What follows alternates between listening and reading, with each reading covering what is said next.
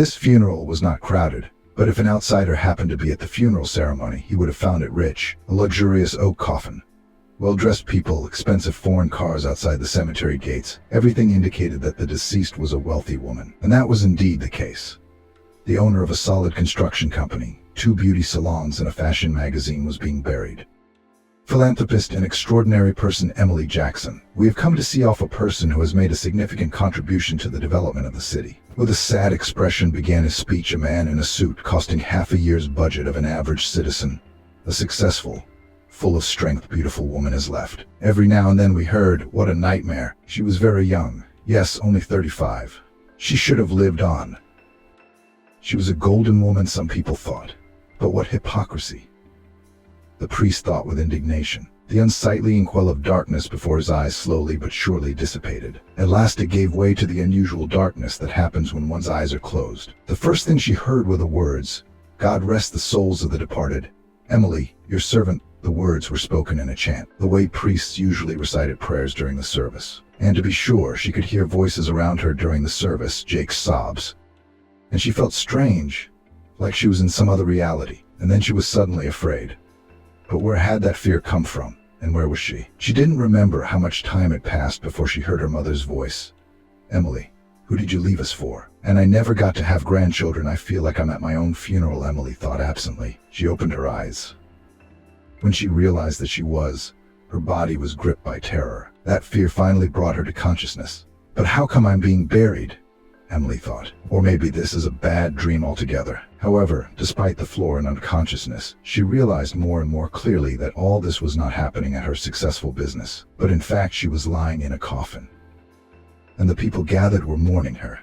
She desperately wanted to jump out of the coffin and scream that she was alive, but all she had the strength to do was open her eyes a little. And then Emily suddenly realized that she should hold off on that decision, because there was a reason for all this. With an effort of will, she slanted her eyes and noticed her husband's mistress standing a little aside, filming the entire funeral ceremony on her cell phone camera.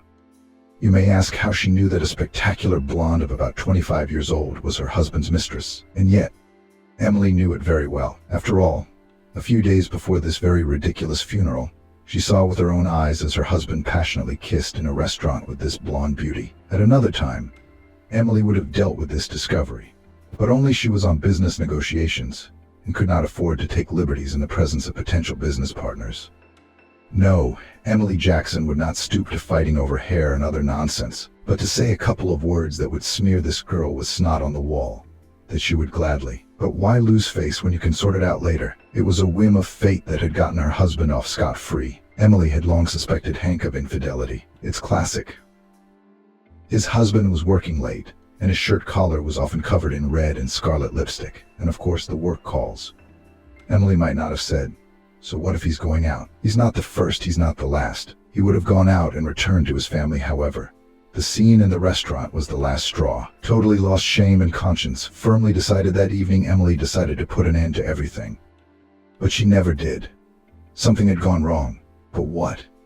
And wasn't that why she woke up in the coffin? And then Emily happened to meet the priest's gaze. Or rather, Father John looked at her out of the corner of his eye. For a second, there was a flicker of horror in his eyes. But to his credit, he managed to pull himself together. What's more, the priest didn't let on that he'd seen the whole thing. By the way, he was quite young. Not an old man, of course, but he was far from a venerable elder. Maybe he understood everything. Emily thought hopefully. That would be good. Now the main thing is to let him know so he doesn't give me away. Father John wondered if he thought the deceased or not had opened her eyes, so he decided to see if he had lost his mind. To his utter amazement, the woman lying in the coffin opened her eyes and then closed them again. She seemed to be asking not to be given away. I guessed it, the priest thought. And that's to say, no husband at the funeral. Strange, strange. And this lady with the cell phone is not shy at all. Probably, together with her husband, decided to get rid of her and take all the capital. Father John knew and respected Jennifer Raymond. More than once she came to the church with things, food, medicines. She often donated large sums of money. Unlike many wealthy people, she did not do charity because it was her custom, but out of the dictates of her heart. What can I say? This wonderful woman helped many people. When Father John, in the world Alex Pollard, learned that he was to give the funeral of this amazing woman, he was honored. Don't worry, servant of God Jennifer. "I won't give you away," the priest thought, and having had his moment, he touched the woman and squeezed her hand lightly. Jennifer exhaled with relief. There were very few people at the funeral, and it suggested that the funeral ceremony was organized in a hurry, just to get buried faster, otherwise she might wake up. The only person who genuinely mourned Jennifer's passing was her mother, Mary Johnson, staring blankly at the coffin with her daughter's body. But unlike the priest, she didn't notice anything. She recalled when Jennifer was in her 3rd year of college, her father Walter had died, leaving the family a small construction company. But Mary didn't know what to do with it. "I'll take over the management of the firm," Jennifer, who was the eldest daughter, promised. Her younger brother Logan was in 10th grade at the time. "Yeah, but what are we going to do with her now?" sighed the grief-stricken mother. "Like what?" the girl exclaimed. "And Kevin's kids?" Uncle Kevin was Walter's best friend, and also Marina's godfather. "Uncle Kevin will be running the firm and teaching me everything at the same time." Jennifer spoke with such fervor that Mary smiled involuntarily. Only when you're young does it seem so easy and simple. In the meantime, Jennifer had put her plan into action. She entered the Faculty of Economics, and after classes went to the office, and with the help of her godfather learned the wisdom of business. Having defended her diploma, the girl stood at the helm of the company. At first, employees did not take seriously this upstart, but over time were forced to change their minds. Their firm gained momentum, and in the end, became one of the most successful construction organizations in the region. "Father would be proud of you," said his mother. And then there were beauty salons, a fashion magazine, and marriage. The future son-in-law immediately did not like Mary Johnson. Hank Rogers seemed to her arrogant, and in general some kind of slippery type. However, she respected the choice of her daughter Victoria. Hank's mistress filmed the procession and hid the phone in a black lacquered purse. Sufficiently, she refused to take any further pictures. The sight of guilt buried in the grave was distasteful to her. Someone in attendance led the way to the car of Mary Johnson, who was feeling ill. Soon everyone dispersed. The rest of the funeral procession and the ritual service guys grabbed their shovels. "Guys, wait a minute," Father John commanded them. The gravediggers built disgruntled mien, but obeyed, and the priest jumped into the abandoned grave, opened the coffin, and in front of the astonished boys gave Jennifer his hand. She struggled out of the coffin, and if Father John hadn't picked her up in time, the poor woman would have fainted. "Well, what are we standing here for?" "Help," shouted the gravediggers. 2 lads, pulling themselves together, helped them out of the hole. One of them, stammering, asked, "What was that just now?" "And that, my children, is a resurrection from the dead," Father John said earnestly, and looked meaningfully at the boys, hoping it would remain a secret. The gravediggers looked in amazement at the priest and the businesswoman, and, unable to utter a word, nodded. "But what are we standing for?" "We're working," Father John said, and putting his arm around Jennifer's waist as she wobbled from side to side, led her to the car. That was a spicy funeral, the priest thought. Still, it's not every day you get to see someone come back from the dead when they didn't reach Father John's car. Jennifer 3 then solemnly. "Feel better?" the priest inquired, handing her a bottle of water. The woman nodded with difficulty, moving her unyielding lips. The unexpected savior settled Jennifer in the back seat of his car and looked at her intently. "There are signs of poisoning," Jennifer stated. She nodded thoughtfully. She couldn't help but realize that it was probably Hank's doing. "You should change your clothes," Father Walter remarked. "I should," Jennifer echoed. She couldn't wait to get out of the hated burial garment, but truth be told, what she wanted more than anything else in the world was a long, good night's sleep, and, of course, in a soft bed. "Except where all those were what?" Jennifer yawned. "But there's no problem with that," smiled the priest. "The temple is full of clothes donated by good people, unless you're squeamish." "Of course I'm in no position to be squeamish about anything right now," Jennifer sighed, feeling a bout of nausea again. "Besides, I'm sure the stuff is in excellent condition." "That's right. The girls are good," the priest replied, referring to the temple helpers. The nausea was building, and Jennifer, anticipating another bout of vomiting, asked Father Walter to stop the car. "That's good," he muttered, satisfied. "The body is fighting back. Isn't it? Well, yes. And you were born with your shirt on." Jennifer smiled. "If it weren't for you, I'd really be buried, and good riddance," which is true. That's true. But let's not talk about the sad stuff. You're alive. The rest will come when they reach the temple. The priest helped Jennifer out of the car, and, noticing that she was still wobbly, said, "Hold on to me." Jennifer obeyed. "Girls, don't be frightened," Father Walter said to those present as they walked to the temple. Those looked at the visitor in horror, and as if on cue crossed themselves. "It's not a ghost," the priest reassured the women and recounted what had happened in the cemetery. Father Walter brought some hot aromatic decoction that made Jennifer feel a little better. and then told the temple attendant to bring her things. Jennifer happily changed into a batiste-colored dress and rather comfortable flesh-colored ballet flats. Changing clothes makes me breathe a little easier, Mary thought, as she looked in the mirror. How nice it is to come back to life. But where to go now? She couldn't go home yet, though she would love to see Hank's face. Jennifer remembered her mother's lament, and her heart ached with pity. She mentally prayed that nothing would stop her from letting her mom know she was alive. Well, their father Walter said approvingly when he saw Jennifer in her new outfit, "You look great. Now let's go to my house and get some proper rest. And then we'll decide how you're going to live your lives. Is that comfortable?" Jennifer asked. Convenient, he assured her. "Well, here we are," the priest said with a smile. "You're welcome." Father Walter lived in a large, good-sized wooden house a couple blocks from the temple. As they entered the hallway, a girl of about 12 or 13 came out to meet them. "Ashley's my little girl," the priest said adoringly, looking at her. "Alyosha and Mama's chief helper. How many do you have?" The guest asked with a smile. 3. Father Walter's wife, unlike the church attendants, did not make fearful eyes. Apparently she was privy to this incredible story. "But welcome to Sinful Earth," said the priest's wife. "Let us make your acquaintance. Though I've already met you, and I may have pleasure to meet you likewise," she nodded. "Well now, please come to the table." Polanski would receive besides Ashley. They had 2 twin sons, Ben and Ray, and a young daughter, Bella. Ashley was 14, the boys were 11 each, and the little girl was only 5. When everyone sat down at the table, all the children, including the youngest, Cody, said a prayer. And only then did they begin the meal. "I don't know how to pray at all," Jennifer said, embarrassed. "Well, don't," Father Walter declared. "It's better to be honest and say you don't know how to pray than to pretend you don't." The first porridge with the chicken cutlets was excellent, and an unpretentious salad of cucumbers, tomatoes, and radishes, fragrant greens, seemed to the guest tastier than a restaurant salad. When his wife and eldest daughter went to prepare for tea, Jennifer said, "Your spouse is an excellent cook, as are you, Father Walter."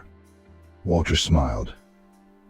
"The master of the house is here, and Walter, I see." She nodded. "So, Walter, your wife is an excellent cook, and you have a wonderful family in general." "Thank you." And kind Anne served a sponge cake with coffee cream filling for tea. "Oh, it's delicious," Jennifer gulped, taking a bite right in her mouth. Anne smiled, pleased with the praise. After lunch, Walter left for the temple to finish some chores.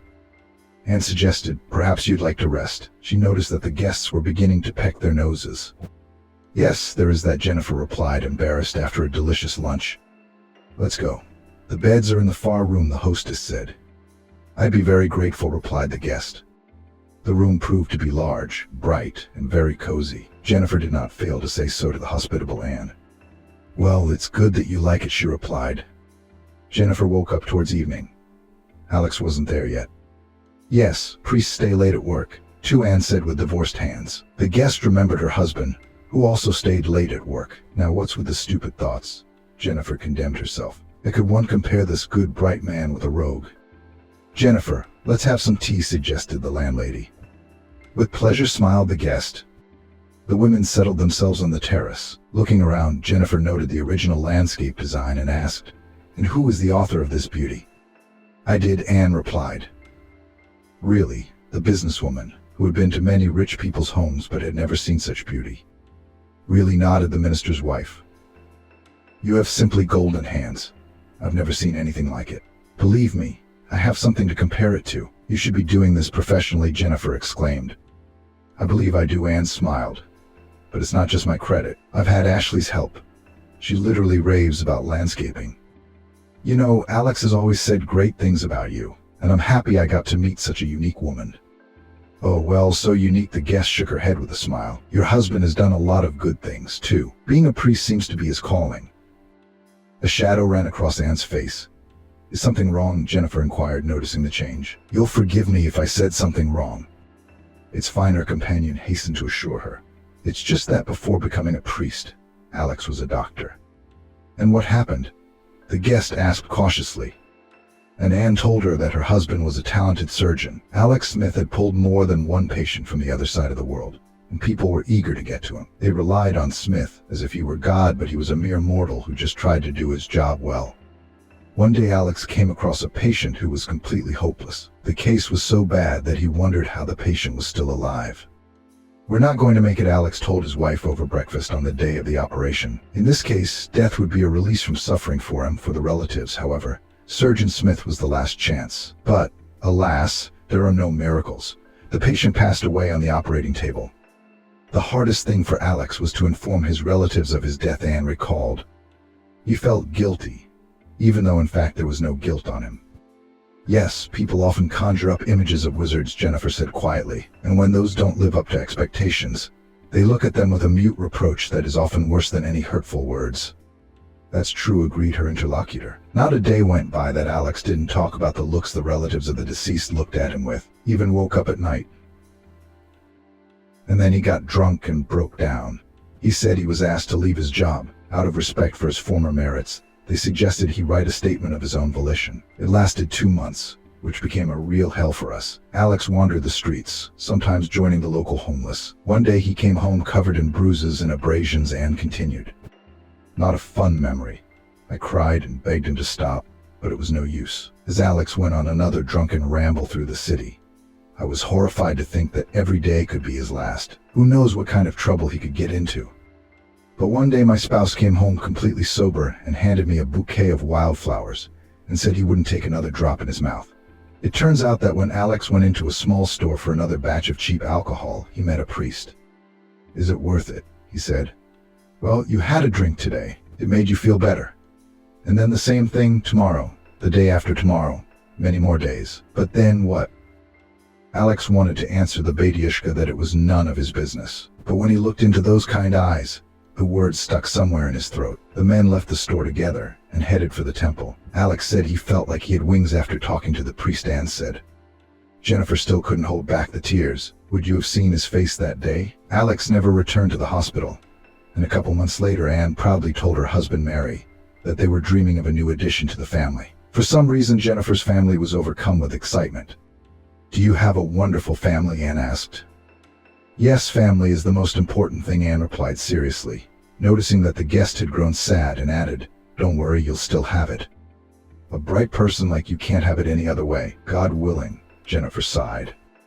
As the women talked, they did not notice that the time had passed midnight. They didn't want to sleep, so Anne suggested a drink. I don't really drink either, she said, but it would be nice to have a drink with a guest like you, Jennifer. Yes, I wouldn't want Alex to know we were talking. You don't have to worry about that. Alex came back in the morning, and when Jennifer woke up, he handed her some kind of liquid that smelled like herbs. Here, I've made you a little something quick, he said. What is it? Jennifer asked.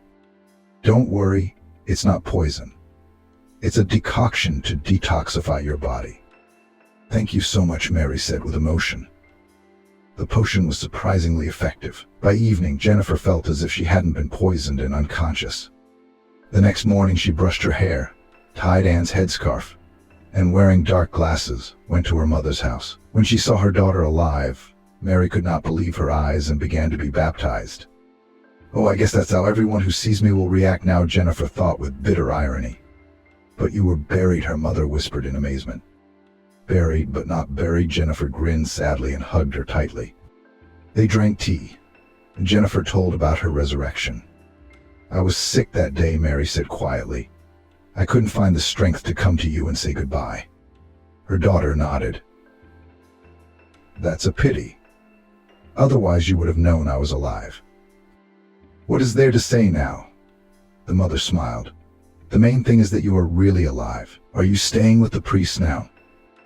Yes, I don't want to bother his family, but I'm not going home until I get to the bottom of this story. It could be dangerous, said the daughter. Why don't you stay with me?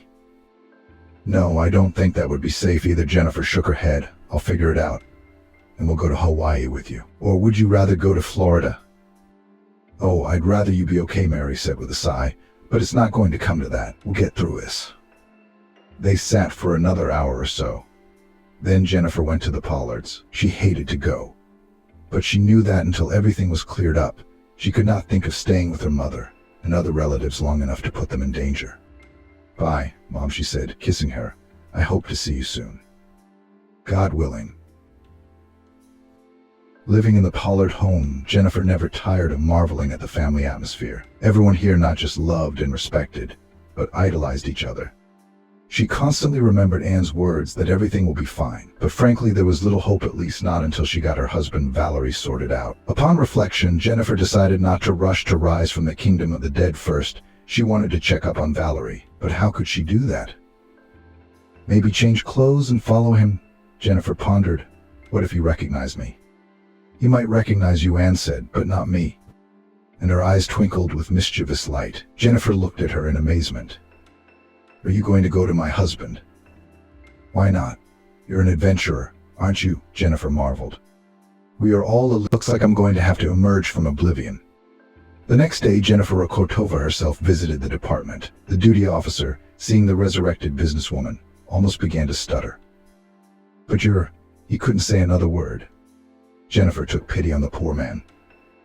Calm down, I'm not a ghost. There's been a misunderstanding. In fact, that's why I'm here. Eventually, she learned that the basis for Hank's arrest was an audio recording that had been sent to the police station anonymously. The tape contained the voices of Hank and his mistress Victoria, who, by the way, was also detained. They were making and discussing plans to eliminate the obstacle to their happiness, that is, Jennifer. It's getting worse by the hour, she thought with annoyance. Even if I was really buried, they would not do without exhumation and subsequent examination of the body. Anyway, riddles upon riddles. Mystery number 1, who set up Hank and this Victoria? Mystery number 2, what was the purpose of him doing this and allowing Jennifer herself to be poisoned? She didn't understand anything, but she was determined to find out as soon as possible. What if she was still in danger? Rakotov, out came from the hallway. Why? Hank asked timidly. And the prison officer thought that this guy would have a hard time in the zone, asking a lot of questions. Don't talk, he shouted, wondering how this guy would react to the fact that his wife was alive. It was really worth looking at. The eyes of the failed rich widower widened, so that the police officers were afraid that they might not come out of their orbits. Jenny, Hank whispered in amazement. Jesus, Jenny, are you alive? Do you see? His wife grinned. Oh my God, I'm so happy. Hank, don't, Jennifer said tiredly, ignoring the curious stares of the policeman. If you're happy, it's because you're no longer a defendant. And turning to the policeman, clarified. He is no longer an accused, is he not? After receiving an affirmative answer, Jennifer firmly grabbed her husband's hand and dragged him toward the exit. The concert is over, kids, she thought with a chuckle, glancing at the police officers. Later in the car. Get in the car, Jennifer commanded. Where are we going now? Hank asked. Home, for starters, Jennifer shrugged, thinking of the priest who had lent her the car. The Rakotovs entered the apartment. Jennifer, without a word, went into the bedroom, then began to put Hank's things in the largest suitcase. Are we going somewhere? Hank asked in surprise. Jennifer looked at her husband. Was he joking? Not you, she corrected him. Jennifer, do you really think I'm going to live under the same roof with you after what happened? No, Hank. I didn't find myself in a dumpster. Hank said humbly. I understand. He fell at her feet, wept, and began to beg for forgiveness. Jennifer said coldly, Sweet mole, I'm begging you, I'm sorry. I'm sorry. I didn't misshare you. You spit on me. No, you shit on my soul, and I'm supposed to forgive you. You almost poisoned me. But I didn't poison you, Hank sobbed, smearing tears down his face. I didn't even have time to put poison in your food that day. I was just about to. Jennifer laughed hysterically, but suddenly calmed down and said with a sigh, Well, at least you're honest. Now, get out. What? Stupefied Walter. What did you say? Out. I've got your things packed. My lawyer will contact you. I hope you understand why. But where am I going to go? I don't care at all, Jennifer retorted, and defiantly turned away. After seeing her now almost ex-spouse off, Mary breathed a sigh of relief. Jennifer brewed coffee, grabbed a cup of the aromatic beverage and her favorite chocolate chip cookie, and went into the bedroom. Mary sipped her coffee and milk and tried to reconstruct the events of that ill-fated evening. Okay, let's go in order, she mentally said to herself. Who was in the house besides Hank? The answer was the maid. Alice, to be honest, I'd completely forgotten about her. Alice was newly hired 2 weeks before the incident. Hired her on her husband's idea. He said we were busy people and could use an assistant. Alice was quite young, and the businesswoman wondered if she and Walter were having an affair. It doesn't matter now, though.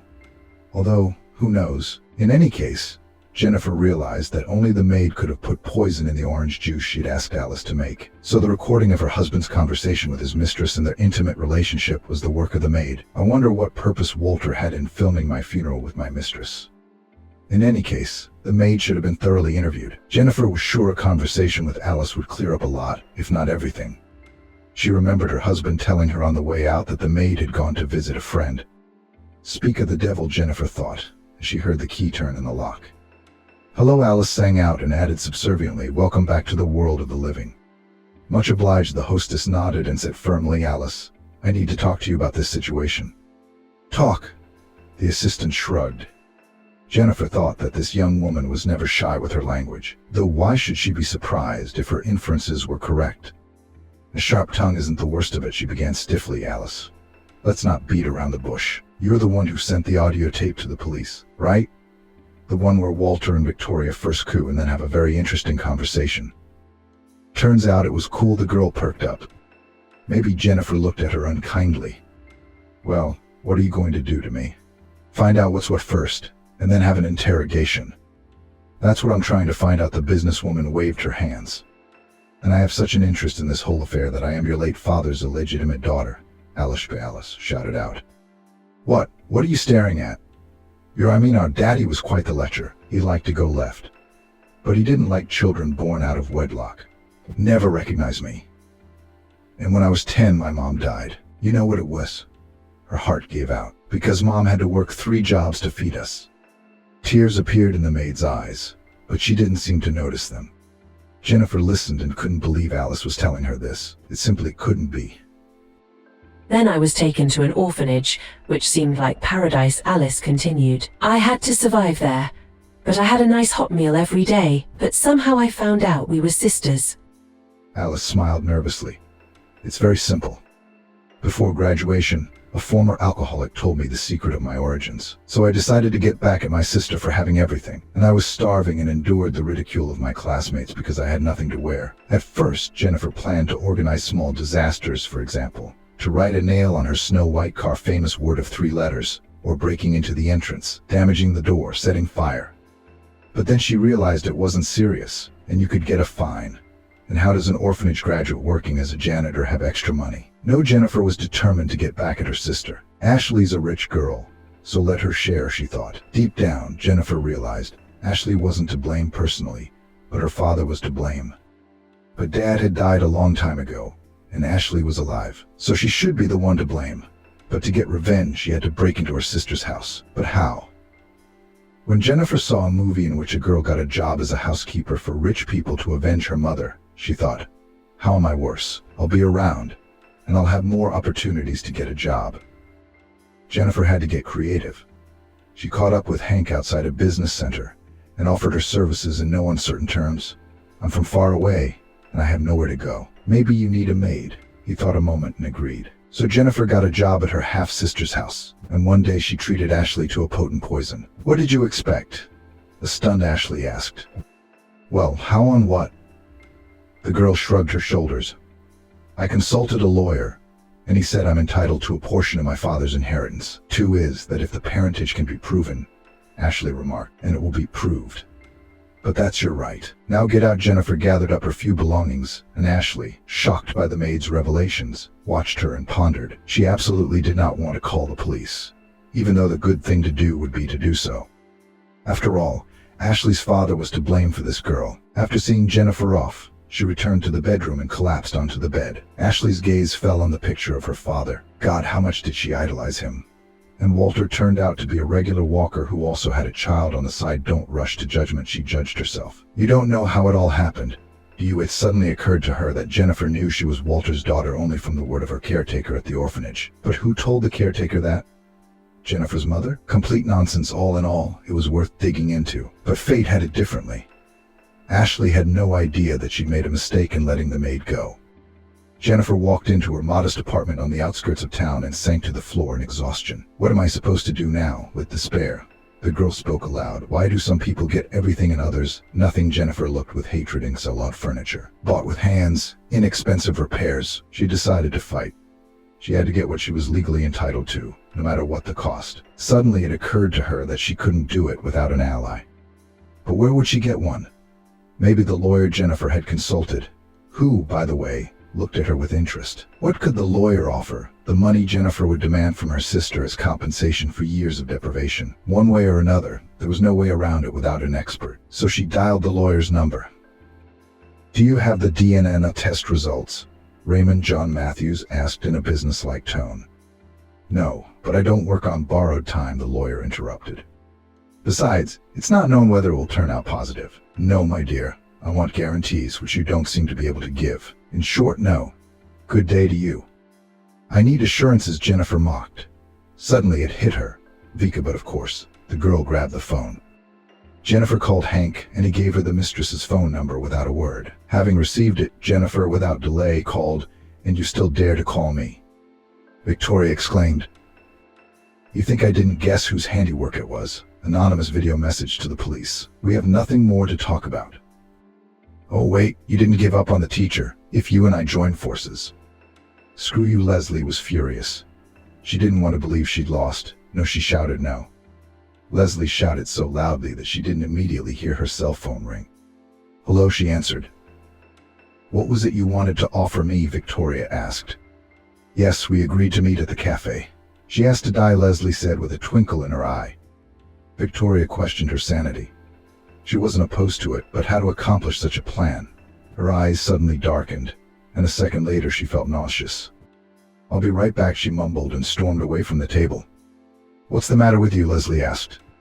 When Victoria returned, she shook her head and slammed down some cold water with lemon. "Are you by any chance pregnant?" Victoria asked, perplexed. "You're a grown woman, but you don't know what happens as a result of a man-woman relationship." Leslie smirked. "Come on, don't make that face. I don't care. But it could be a trump card." "Yes, that's understandable," the ally replied. "I just wish I knew how to use it. So let's think. 2 heads are better than 1. And they began to discuss plans for the side not hated. Meanwhile, a Pretty City news anchor was broadcasting. Today at 10:00 a.m., there was a traffic accident at the city exit. The victim, Jennifer Hudson, a well-known entrepreneur and philanthropist in the city, is in the 3rd City Hospital. Jennifer's condition is critical, but doctors are doing everything possible. As it became known, the cause of the accident was faulty brakes. The anchor mentioned the recent funeral and ended the message. Who benefits from the businesswoman's death? Police are looking for an answer to that question. "Damn her," Victoria blurted out and dialed Leslie's number. "Did you hear the latest news?" "You bet I did," she answered grimly. I couldn't believe my ears. "Maybe she had more than one life. Or maybe she's a descendant of Cauchet the Immortal," Victoria suggested. "I don't care who she is," Leslie replied. "We know the number of the hospital, so there's nothing stopping us from finishing the job. Listen, do you have any money?" "A little bit." "Why?" "We should consult a lawyer," Leslie said thoughtfully, "or we'll be left with nothing." The newscaster's words about Jennifer's critical condition sounded too optimistic. After the accident, Jennifer was practically a vegetable. She was in a coma for a month, and when she woke up, she realized she couldn't walk. "I wish I had died back then," the first time, she thought. "How is this 0% chance of orphanhood?" Leslie asked indignantly. "It can't be. I think I've figured it out. Mary paid you to fake the test result." "Young lady, we do not support any results," indignantly resented the administrator of the laboratory. "By the way, slander is a criminal offense, so be careful what you say." The result of the DNA test, which Leslie had hoped for, turned out to be a disappointment. Mary spent the last of her money on the expensive examination, believing that soon we'll not need them. And now here we are, as they call it. "I collected you, hiding my eyes," admitted Galena Hudson, the same teacher from the orphanage. Leslie decided to go there and find out what's wrong. Galena realized there was no point in leading the orphanage girl around by the nose. She heard about the accident and guessed that Leslie moved exclusively mercantile interest. But she exclaimed, "Yes, I realized what I did was wrong," the teacher repented. "But I wanted to add motivation to your life. You're a quick girl, and you're not stupid. Before, I kind of let you know that you have rich genes, which means that everything in your life will work out after graduation." Leslie laughed hysterically. "I should have thought of that." "I'm sorry, I meant well," Galena Hudson mumbled humiliatedly. "Yes, it is not better," continued to laugh girl. Suddenly her laughter sounded frighteningly unnatural. The teacher became alarmed, but it was too late. Leslie grabbed her by the collar of her blouse and yelled in her face, "Tell me where my wealth is. Tell me, you bitch. Leslie, I will definitely find your wealth. Trying to appear calm, replied Jennifer. Now I'll tell for her. The educator came out from behind the partition. The girl in the office ran to the medical officer. When the ambulance came to take Mary to the psychiatric hospital, she grabbed a chair and threw it at the orderly. Poor guy just barely dodged it. Where's my wealth? Mary screamed. Where have you put it? Very young, thought Father John when he saw the new patient. Father John had been the caretaker of the hospital for a number of years. He supported the patients as much as he could and held services there from time to time. When Mary was brought in, Father John was on his way home. Victoria, however, wasted no time. If she had known Mary had been taken to the asylum, she would have shrugged her shoulders indifferently. They were united in their desire to get rid of Jennifer, and they couldn't go any further. She did end up pregnant with Hank's baby, and already knew he'd been arrested again. I guess he can't get away with it this time, Vika thought. Well, it was to her advantage. The mistress was well aware that he would not marry her, and if so, it was worth to extract from this story at least some benefit. Well, the lawyer's advice was very helpful. Victoria had to go to her ex-lover to get a date with Hank. Hank didn't look good. He'd lost a lot of weight. He had dark circles under his eyes. Hi, Vika smiled. How are you? As you can see, he mumbled, and I have news for you. But did they catch the one who ruined the brakes of the car? Not fun, said Hank. And the guy who tried to poison it too. You don't know who tried to poison her. But I have a hunch. I didn't catch him by the hand, he said, and turned to the purpose of Vicky's visit. What's your news? I'm pregnant. As you can probably guess from you, darling, she said ironically. Doesn't it scare you that I'm in jail with one foot in the door? I love you, Victoria said, and I'll do anything to get you out of here. But you're going to have to do something too. And what would that be? Hank asked. You're going to have to give me power of attorney, so that I can handle some of your money, she said nonchalantly. What? Said Hank. You're not confused, are you? Temporarily, of course, Vika continued, ignoring his question. As long as you're here, and your wife is infirm, by the way, it's in your interest. But think about it, Jennifer's treatment, lawyers and so on. Hank thought about it. She was right. Actually, Jennifer needed treatment, and he needed a good lawyer. There was no one to pay. Vika's deal wasn't so bad. Okay, I'll do it, he said. I'll write out a power of attorney. As a result, the mistress received partial access to the assets of the Hudson couple, who were still officially such, but with the help of a lawyer forged documents, and was now the guardian of the paralyzed Jennifer. Mrs. Hudson was at the complete disposal of Victoria, who visited Jennifer at the hospital almost every day. She smiled sweetly at the doctors and junior staff and gave them small gifts. In the end, she managed to endear herself to all but one person. That man was Logan Parshin, an orderly. Actually, he had a diploma of a doctor, but because of the lack of a workplace, he was so far interrupted by a part-time job as an orderly. Look at her, he thought as he looked at Victoria, like a snake. He really liked Jennifer. They talked often, and Logan probably thought for the 100th time that the patient was a truly extraordinary woman. And then one day he realized he was in love. Jennifer, why don't you do some physical therapy? Logan asked me one day. As far as I know, you have a chance for a full recovery. A chance, Jennifer sighed, just a chance. And chance is the same as probability theory. The successful businesswoman and philanthropist was in a deep depression. Jennifer remembered her mother's words that there comes a moment in every person's life when he begins to value life. And she thought bitterly that this was not working out. It's more precious to her than life. Jennifer didn't suspect that the moment that could make her value life was just around the corner. Hank was overcome with foreboding. The orderly didn't understand where they were coming from, but he couldn't help it. He'd never looked forward to the night shift so much, and when he did, he got to the hospital in record time. When Hank entered the room of a sleeping Jennifer, his heart was pounding. Who are you? He asked a tall, slender woman in a glossy black wig. And what are you doing here? I'm Hank, the awake patient said in a shaky voice. This is my husband's mistress. Victoria dropped the syringe with which she had hoped to complete what she had failed to do 3 months ago, and quickly ran out of the room. But no such luck. Victoria fell right into the arms of a security guard. A few days later, Hank contacted Father John, and the two of them managed to convince Jennifer to do physical therapy. She began practicing a special method, and after a few months, she could barely walk. Yes, with a stick. But that was something. All Victoria's deeds were uncovered, and she had no choice but to confess to everything from attempted murder to fraudulent documents. In due time, Victoria gave birth to a daughter, and half an hour after the baby was born, she died of massive blood loss. "Why should I be so lucky?" Hank said, stroking Jennifer's belly. In about 2 months he was going to grow up. In the meantime, Jennifer had a hunch that Ashley, Hank and Victoria's daughter, whom the couple had custody of, would be named after the priest almost immediately after her birth. "But don't be puffed up," Jennifer smiled, admiring her daughter. "You deserve more than anyone. You saved my life, and I will never stop thanking you for that. So this baby will be born as a token of my gratitude." Hank laughed softly. "Yes," his wife whispered with a smile, "to both of us for finding each other." A father sets up a camera to save his fading daughter, and after barely a glance at the tape, Jane decided at an early age that girls were either beautiful or smart. The girl knew full well she could choose, and she chose to be smart.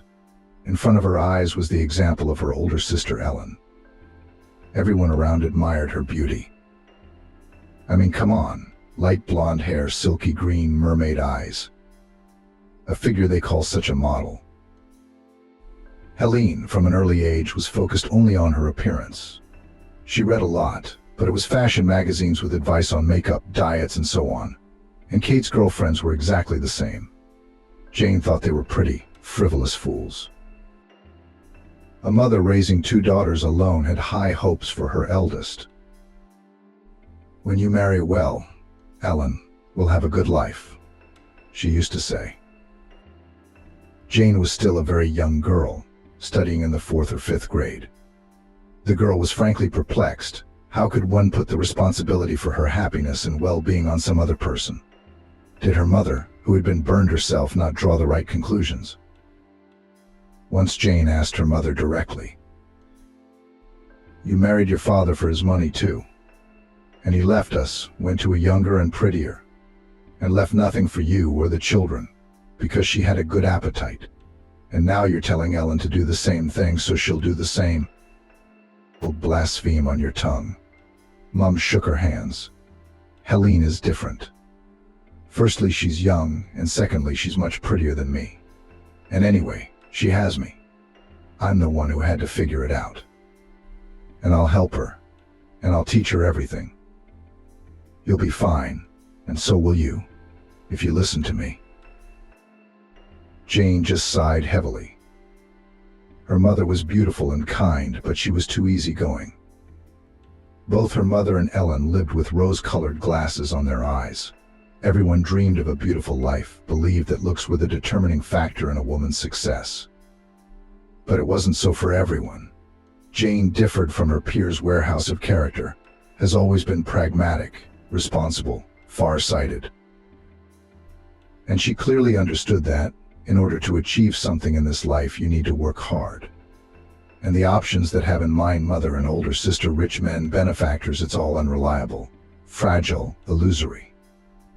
Ellen jokingly called her little sister a bore.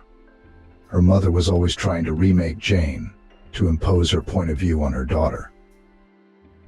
The most interesting thing is that the parents sincerely believed that she wished her child well. She said, "I'm worried about your future. How can you not understand? You are a beauty. We got such a one. You got the best from me and your father. When you finish school, we'll find you a wealthy fiancé. Don't be such a bore. Men like cheerful, smiling women." "No, thank you," Jane replied. "After school, I'm going to study economics." "But do you know what the competition is?" Ellen would always argue at this point. "You either have to be 7 inches in the head, or you have to have a good deal of goodwill." "Yes," Mom sighed. "We can't afford commercial education. And you can't get in for free." But Jane, trying not to listen to the arguments of her sister and mother, strived for her goal. Day and night she sat over textbooks, looked for additional courses on the internet, mostly free, because her mother, who worked as a cashier in the local supermarket, had no money for her daughter's education, and her father almost did not participate in the children's lives. He had a new family. No, he still transferred some pennies of alimony, but everything was limited to that. No communication, no support or help in difficult situations. Jane knew from childhood that she could not count on him. The girl in her heart wanted at least once to meet and talk to her second parent. It seemed to her that, perhaps, the character she went just in it, because the mother in Helen Jane did not resemble at all. But he did not seek to meet his daughters. And Jane didn't want to impose. And it was scary to face indifference, or even worse, dislike of a native man. Dad was a businessman, owned a chain of shops, so sort of made good money. But all his property was prudently written down on the new wife, so that the ex-wife and children did not claim anything. It looked ugly, petty, even mean. In theory, Jane should have been as resentful of her father as her mother was, as Ellen was. But Jane had a dream to study to be an economist, to start her own business, and one day to meet her father on some business a joint project, a profitable contract, something like that. Let him see what his daughter had achieved on her own, without his help. And then maybe they could talk as equals. And Jane achieved her goal. She got into the budget, to the same economics faculty, where she was so eager to go. How happy she was when she saw herself on the list of enrolled. She was screaming right in front of the computer monitor, jumping from happiness to the ceiling. "You're crazy," Ellen said as she looked into the room with little Andrew in her arms. She had recently become a mother and had a son with a rich man. He paid child support, but he was reluctant to communicate with his mother and Andrew himself. Needless to say, these alimony were pennies, a standard scheme. Gray earnings, most of the income is hidden. Ellen still repeated the fate of her mother, even in an even worse version. But she was not going to give up and continue to dream of a prince, who will definitely sooner or later solve all her financial problems. Her mother supported her eldest daughter in everything, adored her grandson. It was not surprising. Jane was also happy to take care of the baby when she had time. But the girl did not understand how it was possible not to draw conclusions from what had happened. Was it not clear? The plan is not very good and often fails. It was time to choose another option. But no, Ellen was still looking for rich men on dating sites. Jane explained her strange behavior to her sister. "Wow. Cool. So what, you're leaving us for the big city now? You're going to go to school?" Jane and her family actually lived in a city too, but a very small one, far from the regional center. So gray 3-story houses, whole streets of old wooden barracks, a huge private sector. Not a village by documents, of course, but in fact it is a village. That's why Orchardville, the regional capital, where Jane's university was located, was called just town. Her mother, too, was happy to hear of her youngest daughter's admission. She had never hoped for such a thing. As it turned out, she thought. Let her dream, show off, and when she realizes that nothing has worked out, she will follow in her mother's footsteps to the supermarket for the cash register. But also will think, finally, over the words of more experienced relatives, realize it is necessary to look for a rich and reliable man. And here's how it all turned out. Jane got in. "Well done," the daughter hugged the younger mother. "I'll help you in any way I can. I'm sorry, I won't be able to send much money, but at least a little for housing and living expenses. Again, you need to dress nicely. There's a better chance of meeting a decent man in a big city." "Mum, there you go again," Jane smiled. She was touched by the fact that her mother supported and understood her, and even offered to help her. Jane knew it wasn't easy for her mother to get the money, but she was willing to help her daughter while she was a student. And that's priceless. Jane had a new life. She was given a room in the student dormitory, though not a separate one. The room had to be shared with 2 girls. But the roommates turned out to be very pleasant. Both studied at the Pedagogical Institute. Both, just like Jane herself, were focused on study and work. In general, the girls had a lot in common. With one of these neighbors, Kate, Jane even became friends. They stayed in touch even after they finished their studies and moved out to rented flats. Jane liked her studies. She was convinced in her first year that she had chosen the right direction. She found economics easy, lectures seemed interesting, and term papers and tests were incredibly easy. Jane even began to earn money. It turned out that people were willing to pay a lot of money by her standards, of course, for essays and projects. The girl had to work part-time and study a lot. She had no time at all for student parties, going to clubs and similar entertainments. And sometimes, of course, Jane wanted to go for a walk, to unwind. But she realized that every minute counted. Her time was too precious. Besides, there was no money. Her mother tried to top up her daughter's card with a small amount every month. Jane knew that it was a significant part of her mother's salary, and she was very grateful to her. It was not enough, very little. Still, it was the help from her mom that kept Jane afloat. Especially after the third year, when suddenly something in the university clinic changed, and students were obliged to pay for the dormitory. And before it was possible to live in it for free. Jane saved money on literally everything. But she couldn't keep up.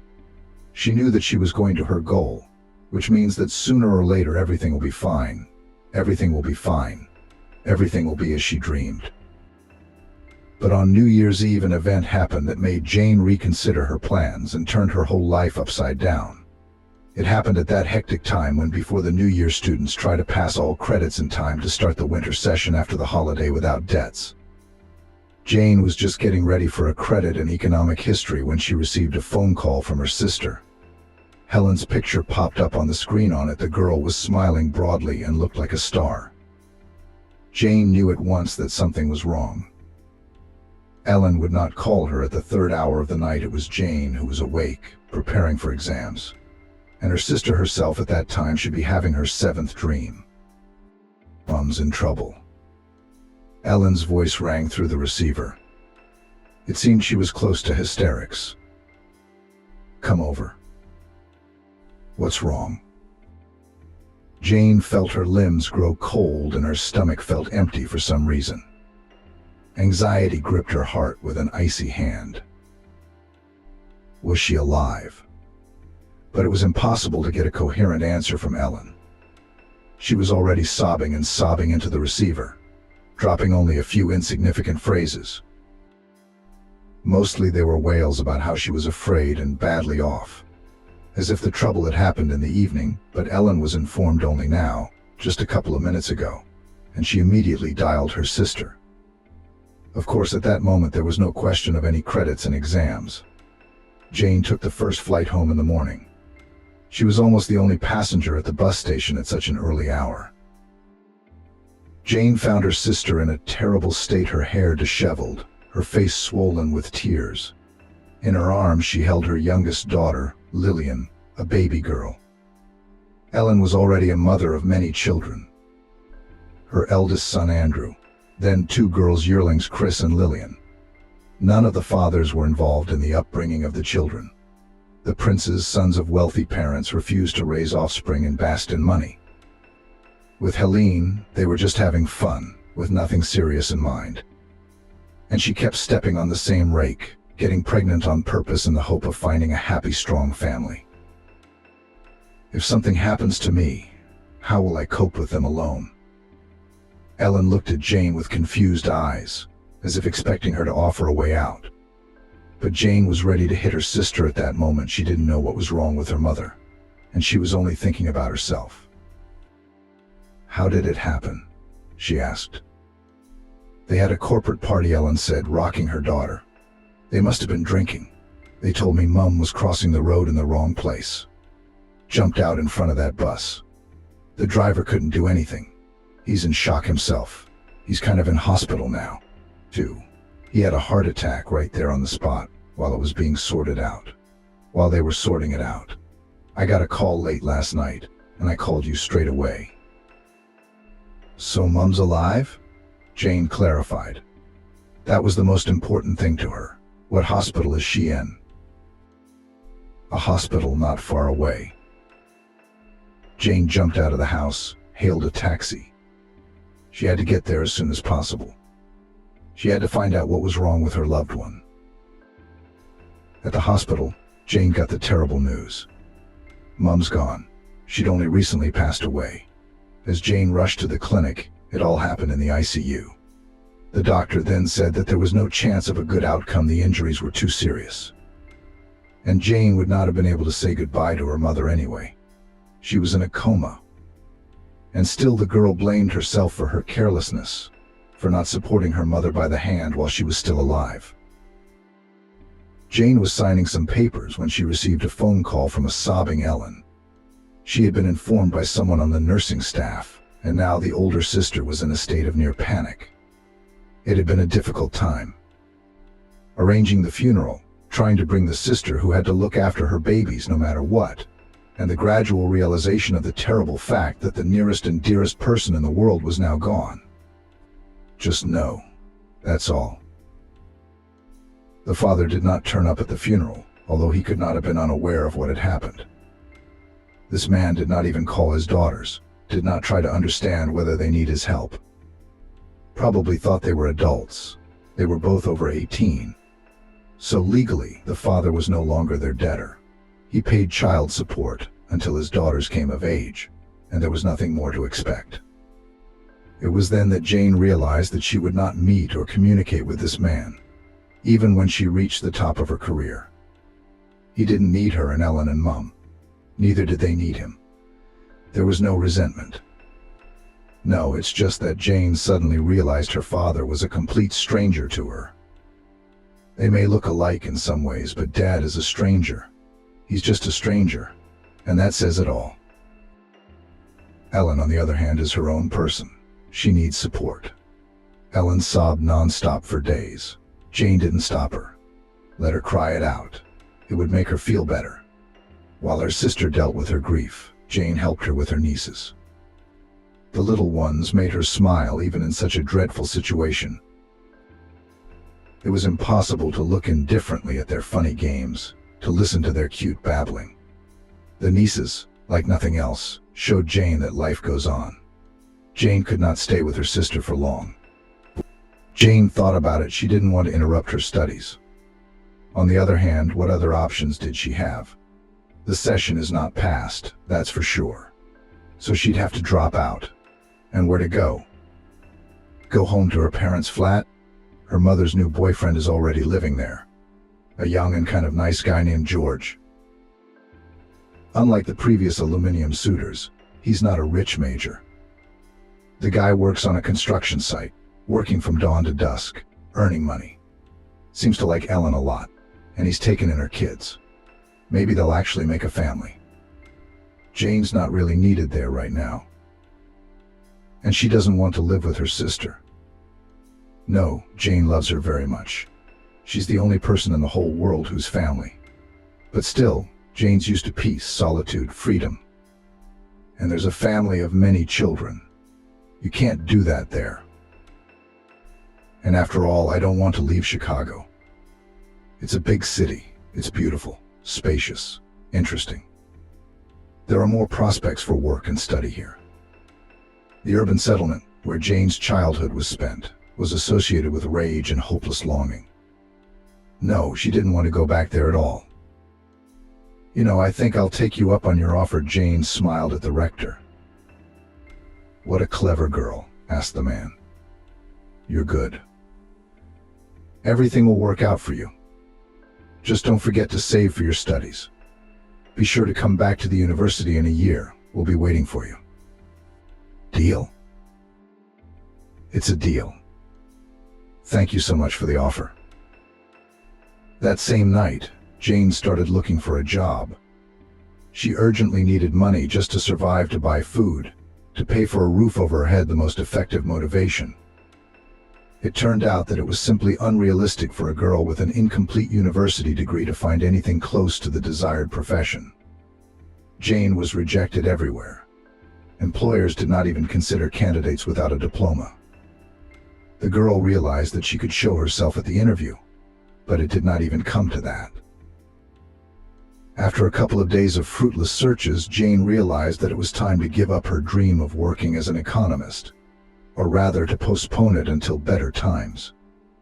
In the meantime, she had to find something. When the bar was lowered a bit, things got better. There were plenty of jobs for Jane: waitress, cleaner, saleswoman. But the wages were meager. No, it was enough to live on, especially if you saved money. But Jane had to save up for a year's study. With those salaries, it was impossible. Still, Jane needed a job badly. Immediately, she chose the path of a waitress in a bar in the city center. There were plenty of reasons for the job. Firstly, there was extra pay for night shifts. Secondly, tips were very helpful, sometimes even very generous. And thirdly, the last job gave Jane the opportunity to write term papers and tests to order. And an extra penny in the piggy bank, and brains are not idle. That's the upside. Jane even liked working in the bar. The team is friendly, the bosses are loyal. The crowd was decent. It was a rock bar whose owners cared about their reputation. The atmosphere was monitored. Undesirable elements were expelled with guards and not allowed back in. And another. Local band musicians, performers, and visiting guests gathered here every night. In short, live music, and it was beautiful. Jane enjoyed listening to the musicians perform, singing along, dancing. This was welcome in the bar. To work as on holiday. In the bar, Jane finally understood the meaning of this common phrase. Of course, with a waitress's salary, there was not much money. Jane was looking for another job in parallel, a higher paying one. But the girl knew, even when she had to quit, she would come here to visit, just to be in this amazingly warm atmosphere. A rock bar and new friends helped Jane through her grief. Of course, the longing for her mother did not go anywhere, but the girl was finally able to return to life and believe that there are still a lot of good things ahead. It was in the rock bar that Jane met Jasper. One day, the host introduced the guests to a new rock band which appeared just a couple of months ago. Jasper was the bass player. But not only that, it was he who owned the idea to create this band. He was the one who wrote the songs and the music. Modest, always kept in the shadows, but constantly observing the behavior of the band members, the reaction of the audience. Jasper was the main man in the team. Although on stage most of the attention was drawn to the lead singer, it was felt. It was noticeable from the first glance. For some reason, Jane immediately singled him out and reached for him. She didn't recognize herself. Jane realized that she was not in a position to fall in love and have affairs. She was focused on her career, on her studies, on getting back on track at university. She couldn't be distracted by that.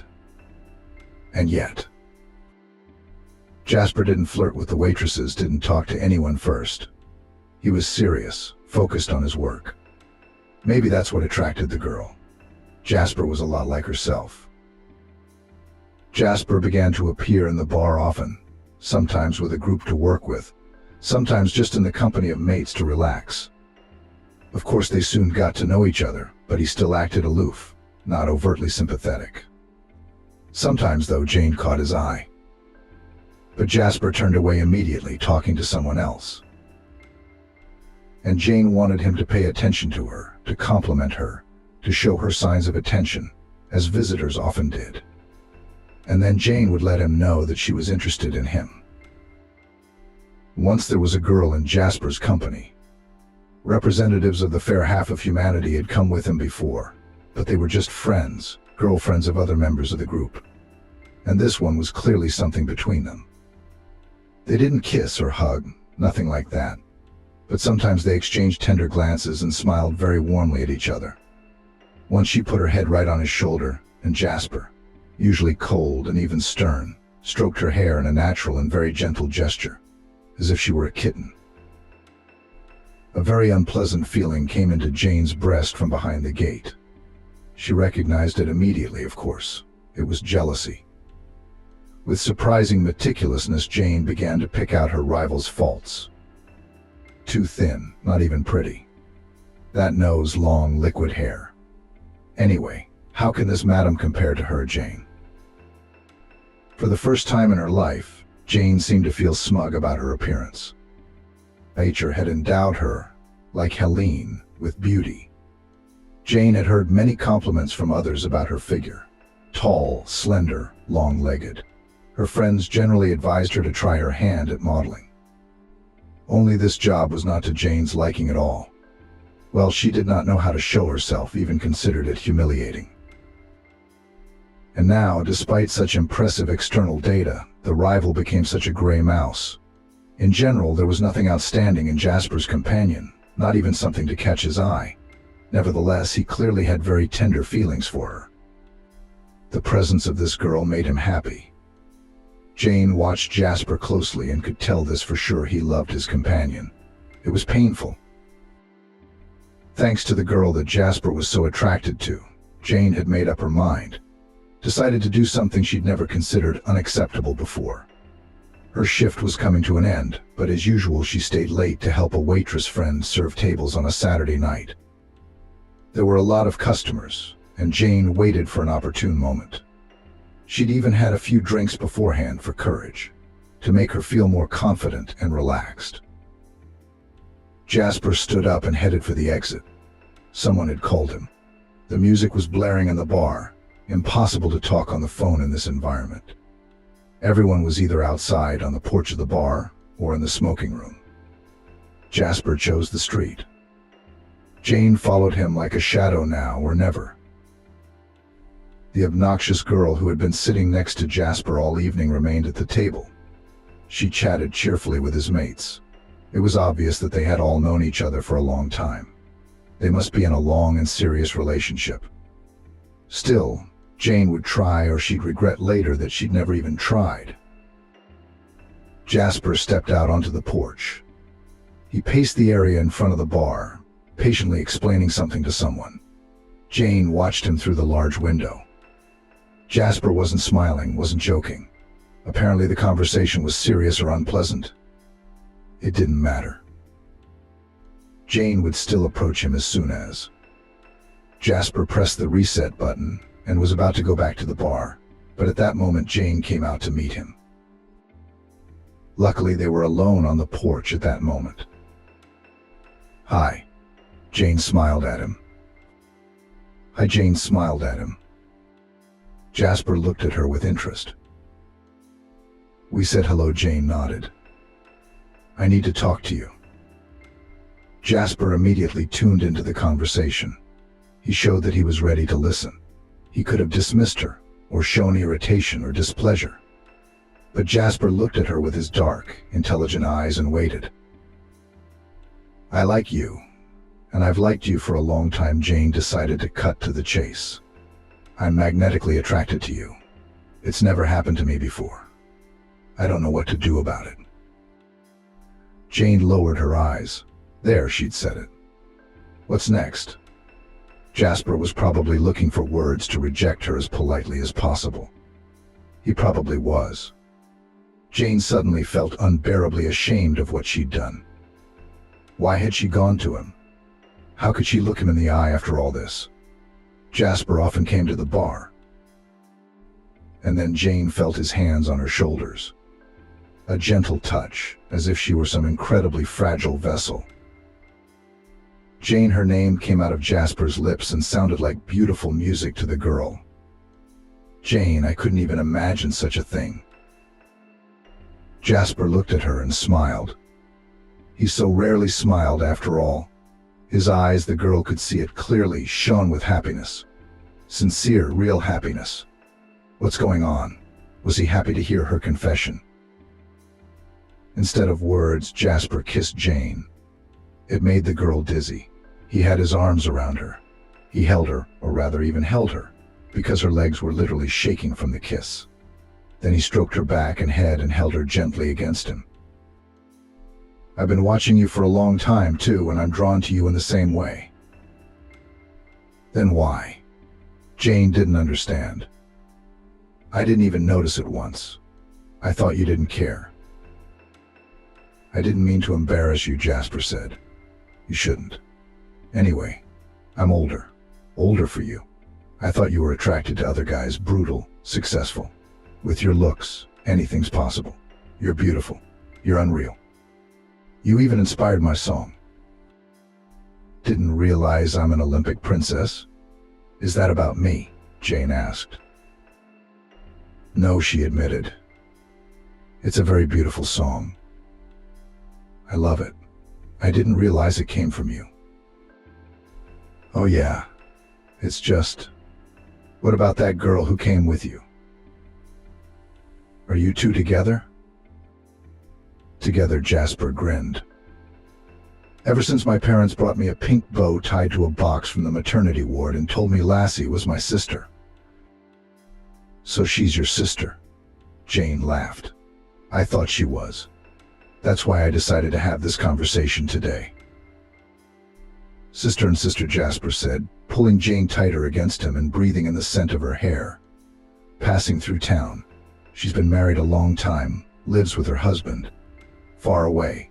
She missed her wayward brother. Jane and Jasper started seeing each other. Turns out he'd been hitting on the pretty waitress all this time. Why didn't he make any moves on her? I was going to. But later, when he's a little more cash flush. He had a clear message: a girl shouldn't be a loser. So far there was too much to do with the band, organizing gigs and so on. But the guys were already starting to earn money from their songs. The prospects were looking good. And strange as it may seem for a rock musician, Jasper was shy with girls. No, he had a lot of friends with whom he could chat and laugh together. But Jane evoked a very special feeling in him. And that made Jasper, who was used to performing in front of hundreds of people, timid. But Jane made the first step, shattering all of Jasper's doubts. And now they were together. Jasper suggested they move in together. They decided on Jane's flat. Convenient location, reasonable price, cozy room. So it was Jasper who moved in with her. But he immediately took upon himself to pay the rent and minor repairs, which every dwelling needs from time to time. And it also turned out that Jasper is an excellent cook. Jane's culinary talents paled in comparison to his skills. Jasper, as befits a creative man, created real masterpieces, whether in the recording studio or in the kitchen. He was gentle, sensitive, and attentive, fully immersed in his work, but not forgetting about his beloved. They talked a lot, often went for walks. Sometimes together they discussed the next song, spinning in Jasper's head and ready to be born. Sometimes Jane would suggest to her lover the right phrase or words. He happily grasped the idea, and then the girl felt proud of herself. How about it? She took part in the creation of a hit. Jane completely dissolved in her feelings and new sensations. Before meeting Jasper, she didn't know what it was love for a man. She hadn't had time for that before. First studying hard, then trying to survive. It turned out to be so pleasant to be near a man who embraces you, interested in your mood and well-being, looking at you with admiring eyes, as at some princess, and to melt from the touch of his warm, strong hands. Knowing that he, this tall man with black eyes, would do anything for you. Ellen didn't approve of her sister's choice. As always, you have your own measure of everything. He's poor, he doesn't even have his own flat. Again, no steady job, no business. He's a musician, he's got his own rock band, so what?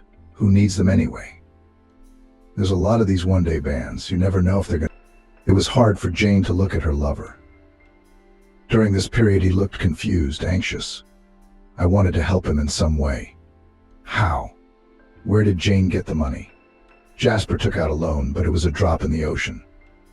His friends helped him, the situation improved, but the debt was still quite substantial. And then Jane offered to help. She had savings, money she'd put aside for her studies. Not much, of course, but still. In addition, the girl did what she was against for a long time, took out a consumer loan. These funds were quite enough to cover the debt. From where? Jasper was surprised when Jane handed him several wads of brand new, crisp notes. I just got paid back out of the blue, plus the insurance. Finally paid off my mobile phone bill, she lied.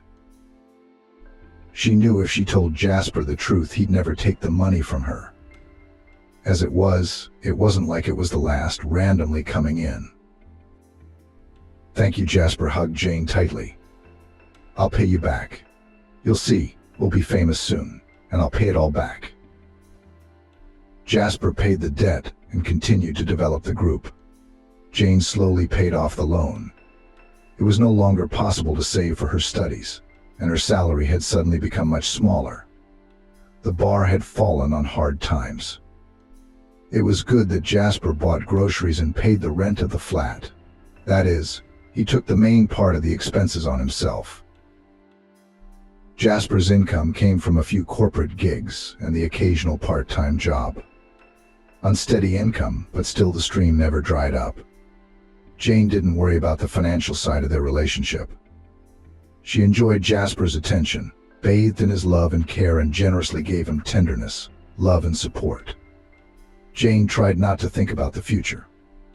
But if she did not recover at the university this year, she would do it next year. It would be all right. She still had time. The main thing is that Jasper, is there for her. Jane hadn't realized she was capable of such feelings before. And then Jasper disappeared. No, he hadn't run away from Jane. Nothing terrible had happened to him. It started out as a business trip. Can you imagine? Jasper grabbed Jane's shoulder and even shook her a little. His eyes burned like two bright spotlights. I was invited to New York to write music for a band. They found me on the internet, they liked me, and now they're inviting me. Jane couldn't believe her ears. She knew the band Jasper was talking about. They were very popular musicians, touring all over the world, and they had noticed Jasper. They're offering him a collaboration. Unbelievable. I'm going to have to go away for a while, Jasper continued. Do you realize what that means? Jane nodded. She understood money, fame, dizzying opportunities for Jasper's growth and development as a musician, useful acquaintances and connections. Jasper would get things he'd never dreamed of. But it looks like they'll have to part ways indefinitely. After all, Jasper clearly said I have to leave, not we. The packing began. Jasper had a lot of things to sort out.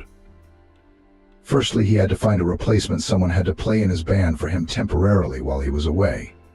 Secondly, Jasper had to organize his passport and visa. Thirdly, collecting the necessary things. In all the hustle and bustle, he seemed to have forgotten all about Jane.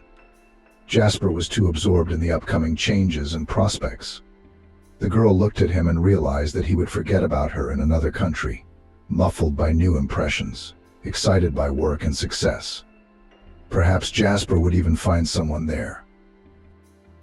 But Jasper had hugged her so tenderly in the evenings, so sincerely assured her that he would miss her. And time would fly by quickly. And then there's the video link. We'll be in touch with each other all the time. At least I'll finally earn a decent living, pay you back what I owe you. I know how much you need that money. Maybe we can even buy a flat. My band will get bigger. I'll gain invaluable experience. I'll know what to do and how to do it. It's going to be okay, Jasper said sincerely. Jane could see that he wasn't lying, wasn't deceiving. But something told her that everything would change as soon as her beloved was abroad. It was just that Jasper himself did not realize it yet. And that's how it turned out in the end. At first, Jasper called every day, as promised, and told her how he had settled down in his new place. Everything delighted him, and he was overwhelmed by the experience. And then he suddenly dropped off the radar. He just disappeared. He didn't call himself, and he didn't answer Jane's calls. The long ring-back tones ended steadily with the message that the caller was probably busy, so he couldn't answer. Jane was alarmed at first. She thought that something had happened to him, something terrible, irreparable. But soon she saw the band playing on the music channel. Jasper was with them. He looked different, older and more serious than usual. I mean, there was nothing wrong with him. It's just that he'd apparently decided to start a new life and cut all ties, including forgetting about her. And Jane? At first the girl still hoped, waited for him to call, to explain everything. But Jasper was gone, completely out of her life. Jane made it a habit to watch the music channel every day. Every now and then she'd see Jasper. He was never the center of attention, but he was still caught in the camera lens sometimes. And quite often there was a girl next to him, the same one, either a makeup artist or the band's costumer. Beautiful, colorful. Apparently there was something between her and Jasper, couldn't help but be. Jane was desperately jealous of Jasper, both of this girl and of the other potential women of her lover. She was hurt as she had ever been. And also hurt and scared. Scared of being alone again, without the support, the warmth of a loved one. An unpleasant mixture of feelings and emotions. And there were other problems more pressing. Money. Jane was barely making ends meet. After all, she had a tiny salary and a loan. Eventually the bar went bankrupt. The new owners bought it and turned it into a hookah lounge. Jane had to quit like all the other employees. Another blow. Jane had special memories and feelings about this place. And now the bar was gone, a cozy bar where she could always enjoy live music, where there was a friendly, warm atmosphere. Jasper would understand, support her. Everything was easier and more pleasant with him in general. But he was hundreds of kilometers away from her and seemed to have forgotten all about her. Jasper had no idea how desperate she was. He never found out about the loan. He thought Jane had helped him out with the extra money she'd suddenly received. And of course he had no idea she'd been fired. And if he did, what would he care about her now? Jane had no time to go over her grievances and think about what it would be like if she was in desperate need of a job, and preferably a decent paying one. And that's why she was tirelessly perusing the adverts. She wanted to find something that would help her get out of the financial hole. Good, at least the owner of the flat agreed to wait with payment. But he's got a lot of patience too. Jane would be asked to leave in a heartbeat. The ad caught Jane's eye with the amount of money they were offering for her services. Not a bad figure. It could solve a lot of the girl's problems, but the job itself seemed too unfamiliar to her. A carer was needed for a little girl. It didn't seem to specify the diagnosis, but whoever had advertised it had made it clear that the child needed round-the-clock care and supervision, including taking medication by the hour, accompanying her to procedures, and so on. Jane reflected. She had experience in caring for babies. "Thank you, Ellen," to her mentor. The girl even enjoyed fiddling with her nephews. She knew how to get along with small children, knew how to feed them, change them, keep them occupied. But here we were talking about a sick child, apparently seriously ill. Could she do it? At least it was worth a try. Jane called the number given, and a pleasant male voice answered. The man asked her a few questions: age, occupation, education, experience with small children. And she was invited for an interview. Jane was nervous the day before. She wanted the job. Jane needed it like air. It was a chance to get out of a financial hole, to stay afloat. Where else would you find a salary like that? That's why Jane was worried, anxious. What if she didn't get the job? What then, to look for a place as a waitress again? To work for a pittance? The taxi brought Jane to a country cottage village. An elite neighborhood, tall, beautiful houses surrounded by fences. At the gate the girl was met by a woman, an au pair. As Jane found out later, in fact, the person who did everything: cleaning, cooking, laundry. Because her employer Kevin was always too busy. Businessmen in general have very little free time. Kevin met the job applicants in the living room. He was a man in his 40s with intelligent, piercing blue eyes, perfectly styled hair with light gray. An athletic figure. Yes, this man obviously paid attention to health and appearance. Jane was even embarrassed at first. How to start a conversation with someone like that? She suddenly seemed insignificant next to him. "Good morning," Kevin smiled warmly. Jane's embarrassment vanished. The man's smile was open, and the kind Kevin seemed at once like a man of his own. "Hello," Jane smiled back. I'm here to see you. That's very good. I'll tell you straight away. I need a carer for my daughter Melissa. She's in really bad shape right now. So it's not for everyone. She's being monitored by the paramedics. They're here every day. I could hire a nurse for Melissa, but how can I tell you this? There's a lot of pain in her life already. A lot of people in white coats. I wish there was someone else there for her. You know, a young girl like you. Cheerful, who knows a lot of songs and fairy tales, who can cheer up a child, inspire him, come up with some interesting activity, in general, to brighten up her leisure time. Why? What's wrong with your girl? Jane just couldn't help but ask the question. Kevin lowered his eyes. His face darkened in an instant, becoming anxious and tense. Melissa. She's been tested everywhere. No one could figure anything out. It's like her body is destroying itself. There's no sign of autoimmune aggression. She's been getting tests all the time. They do, but she's fading, and nothing helps her. Poor baby, Jane exclaimed. The doctors are doing what they can. I have the means, as you can see, but they're not all powerful, unfortunately. Anyway, Melissa needs more than just a nanny. That's where we have Vivian, our favorite au pair. She'll feed her and give her medication on time, and we don't just need a carer either. Melissa has nurses to look after her and do all the necessary treatments. What Melissa needs is more like, a friend or something. Someone who can bring her positive emotions. The doctors say it's very important in her condition. And looking at you, I think you're just that young, beautiful, funny, and you have a kind look in your eye. You know how to empathize. That's good. Jane nodded. She was anxious to see the little girl. She needed positive emotions, and she would give them to her. Jane would cheer up a girl who had such a serious illness. Brighten up the gray everyday life of the little patient. Find a way to make her life more pleasant. If you're ready to get to work right now, Kevin continued, let's start a trial period. Let's say 3 days, and then it's up to Melissa to decide. Of course, you'll be paid for your time anyway. Do you agree? Yes, Jane nodded.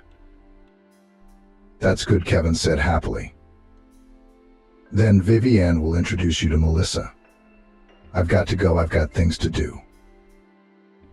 As the door shut behind Kevin, Vivian, a middle-aged woman with a surprisingly soft and cozy look, turned to Jane with a question.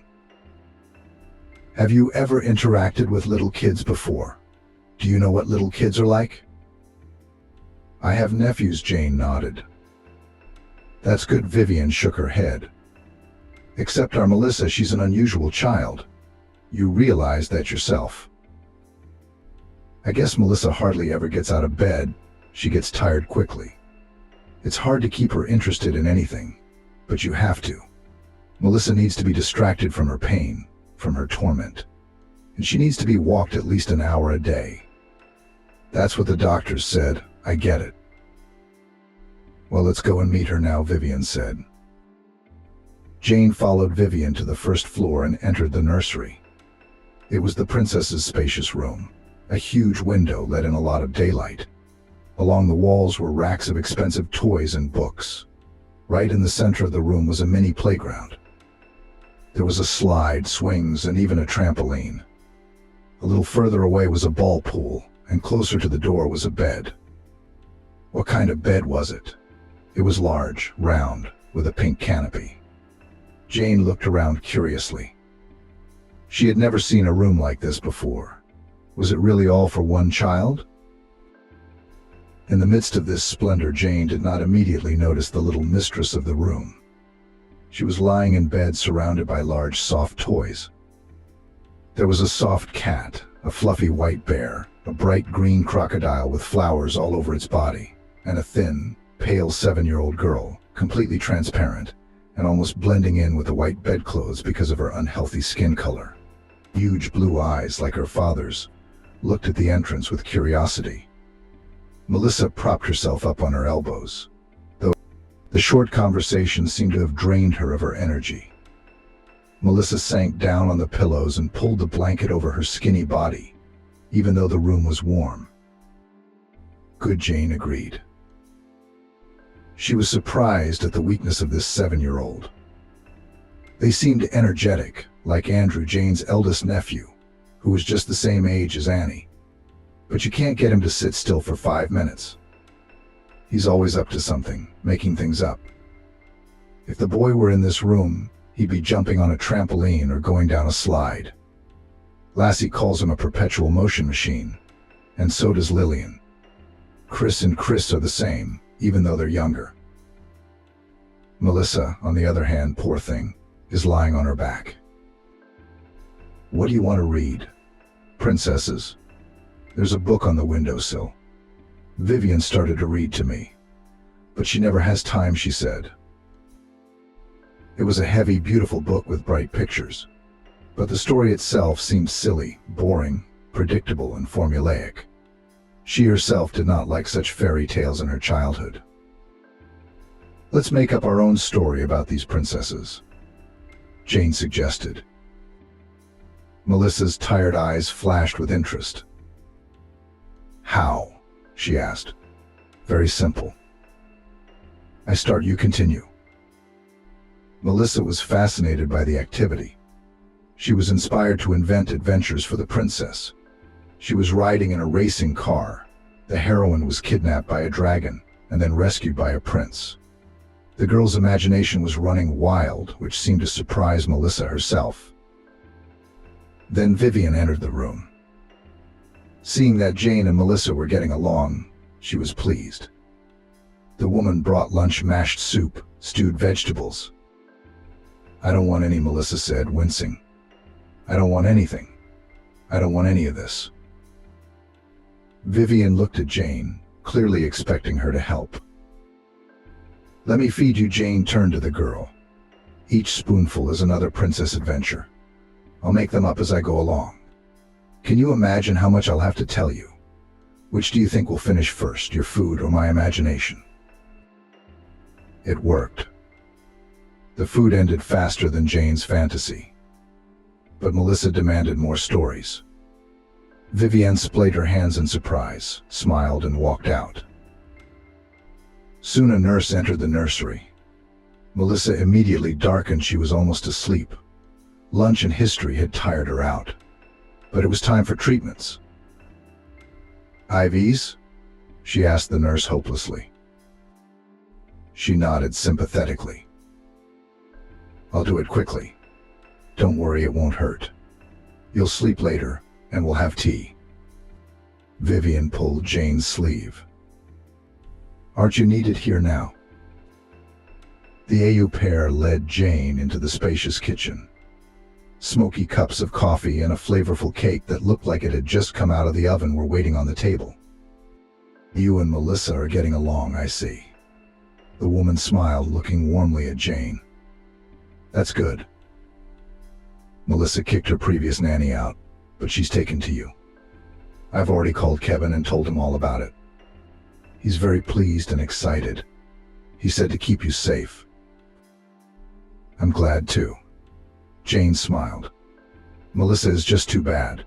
My nephews are so noisy, so cheerful, and she's lying in bed, not even able to play, nothing to play with. It's scary. What do the doctors say? Are there any chances?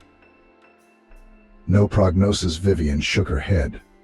They can't even diagnose her. They just dismiss the symptoms, that's all. Melissa's going to be better after the drip. You can take her for a walk after her afternoon nap for a while. Vivian continued her story. Kevin, Melissa's father, I understand. Where's her mom? On a business trip. Does she have a demanding job too, so she can't babysit her daughter? Vivian sighed. I wish. Lassie, Melissa's mom, isn't alive. The birth was complicated. The doctors tried to save the baby and didn't realize the mother needed help. And Lassie wasn't complaining about anything, just worried about the baby. That's how it all worked out. The day after the birth, Lassie developed a high fever. Checkups, Intensive care, one thing led to another. Her heart stopped. Poor thing had some kind of internal bleeding. It's a rare case. And then there was Melissa in the NICU because she was born prematurely. It was a tough time. It's a shame, I agreed. That's a shame.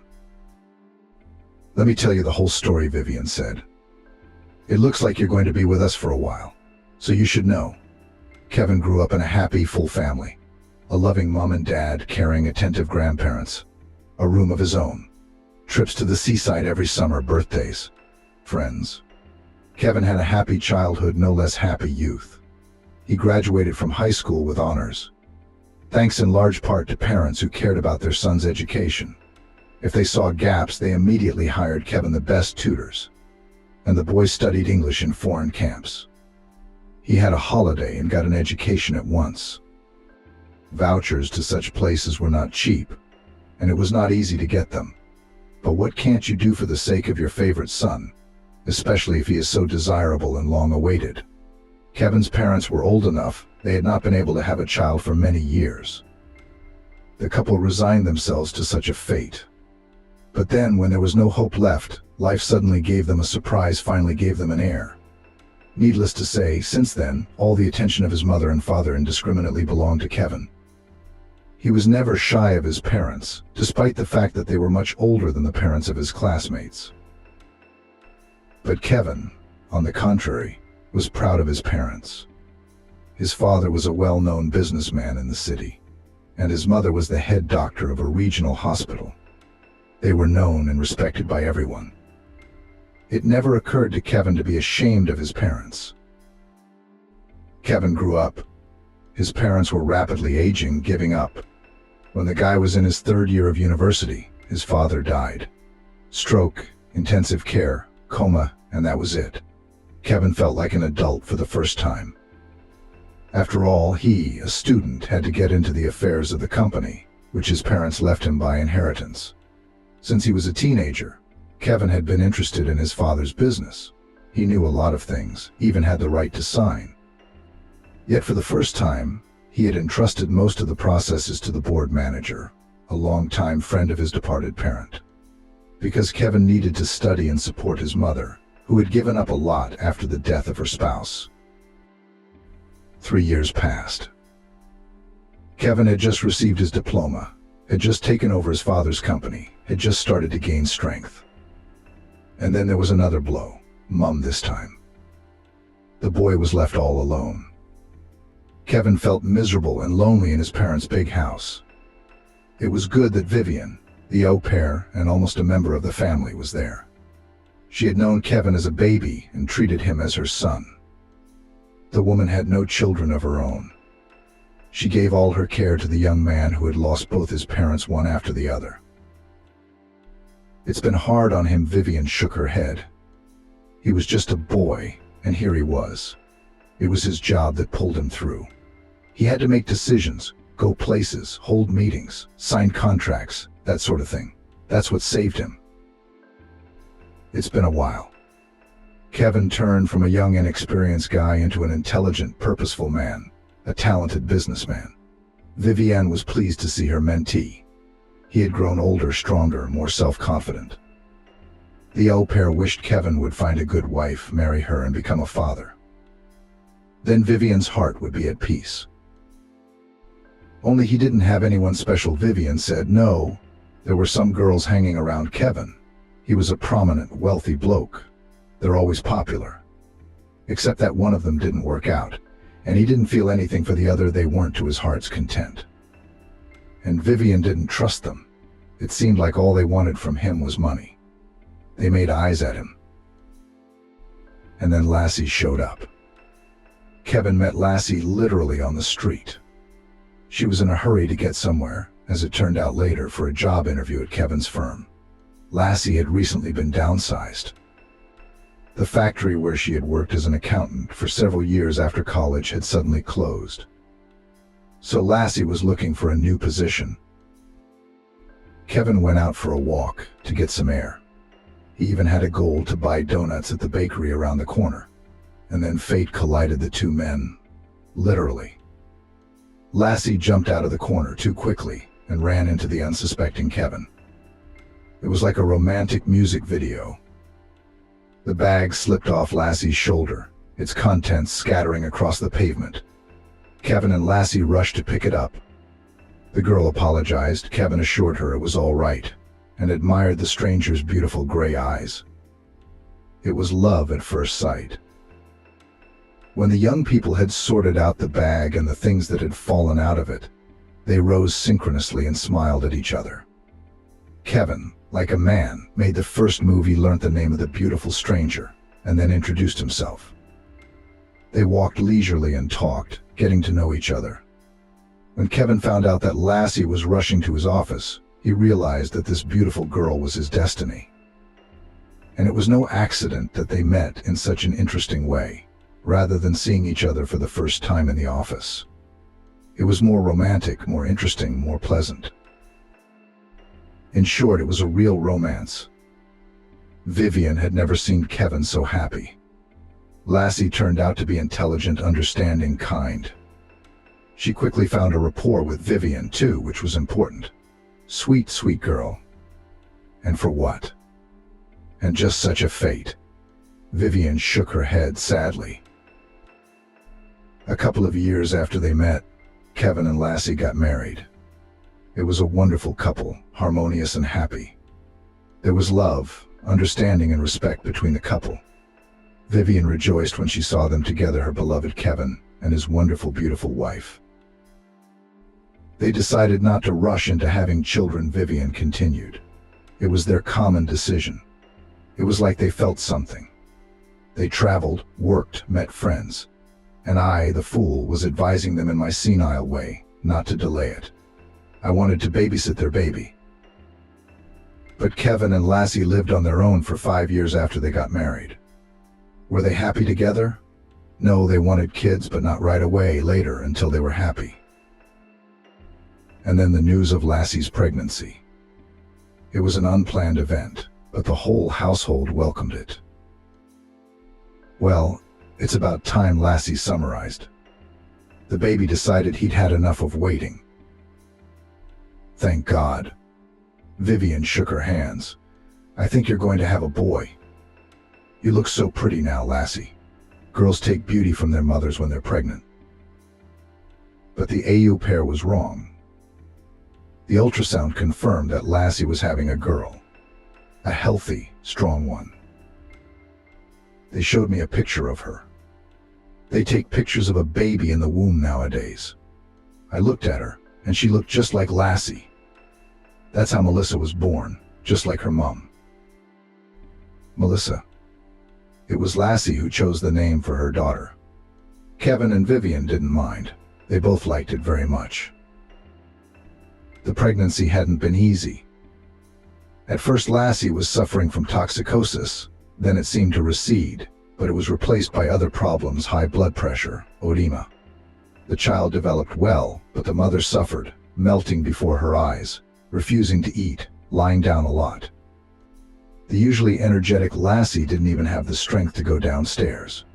Vivian carried her food straight to her bedroom. The woman felt sorry for Lassie, helped her as much as she could, and assured her that things would not be easy after the birth of her daughter. Children are for women, Vivian sighed. Pregnancy had taken its toll on Lassie. That depends. Jane shrugged, remembering her sister. Her children had been relatively easy. Anyway, Lassie had gone into labor much earlier than expected. The threat of miscarriage had been diagnosed throughout the pregnancy, so fortunately the mother-to-be was in the hospital under the supervision of doctors at that moment. They tried to stop the process, but failed. Melissa was born premature, weak. She didn't scream. She wasn't put on Lassie's chest. She wasn't even shown to her. Things are different when it comes to newborns who need to stay in the womb for at least 3 more months. Melissa was immediately sent to the NICU. There was a fight for her life. And Lassie seemed fine at first. I mean, she was tired, of course, after giving birth. Well, she was worried about her daughter. She was worried sick. It's all understandable. understandable and natural, Vivian said. The doctors examined the woman in labor, found no abnormalities, and sent her to the ward. It was only later that serious symptoms appeared, but it was too late. Kevin and I were worried about the girl, Vivian said, almost crying. It was obvious that even now, 7 years later, it was hard for her to remember it. We thought the baby wouldn't survive. She was born too early. She was too weak. And then, when in the morning Kevin received a call from the hospital and was told that his wife had died of internal bleeding, he could not believe his ears. He thought it was Melissa. His mind refused to accept what he was hearing. But no, Melissa had pulled through. She was a stronger girl. But Lassie was gone. Kevin went gray, didn't sleep or eat for months. I thought he'd gone too. Vivian stopped talking. But he did. I had work to do, Melissa to pull. To be honest, he hadn't been very good to his daughter at first. Vivian blamed Lassie for what happened to her. She knew it was wrong, but she couldn't help it. She was just angry with her. Melissa was discharged home and a nanny was hired for her. Someone had to look after the baby. Vivian was too old for that. But she enjoyed playing with the girl. Melissa took her around the yard in her prom and talked to her a lot. And she was the only one who gave the... Well, God has heard my prayers, Vivian smiled. And Kevin had a beautiful Samantha. I can't take my eyes off her. Smart too. She's got a kid herself, a little girl a little younger than Melissa. It's a great family. Samantha got a job with Kevin, and it all started at some corporate event. It's pretty standard stuff. Samantha was good to Melissa. She often took her and her youngest daughter out to an amusement park or to the cinema. Melissa grew to love both Samantha and her little half-sister Annie. She was truly happy. Kevin and Samantha got married and started living together, and then Annie started having these symptoms. First dizziness, then nausea, weakness, no appetite. Examination in the best clinics, trips to doctors abroad, consultations of famous professors, all this did not give any result.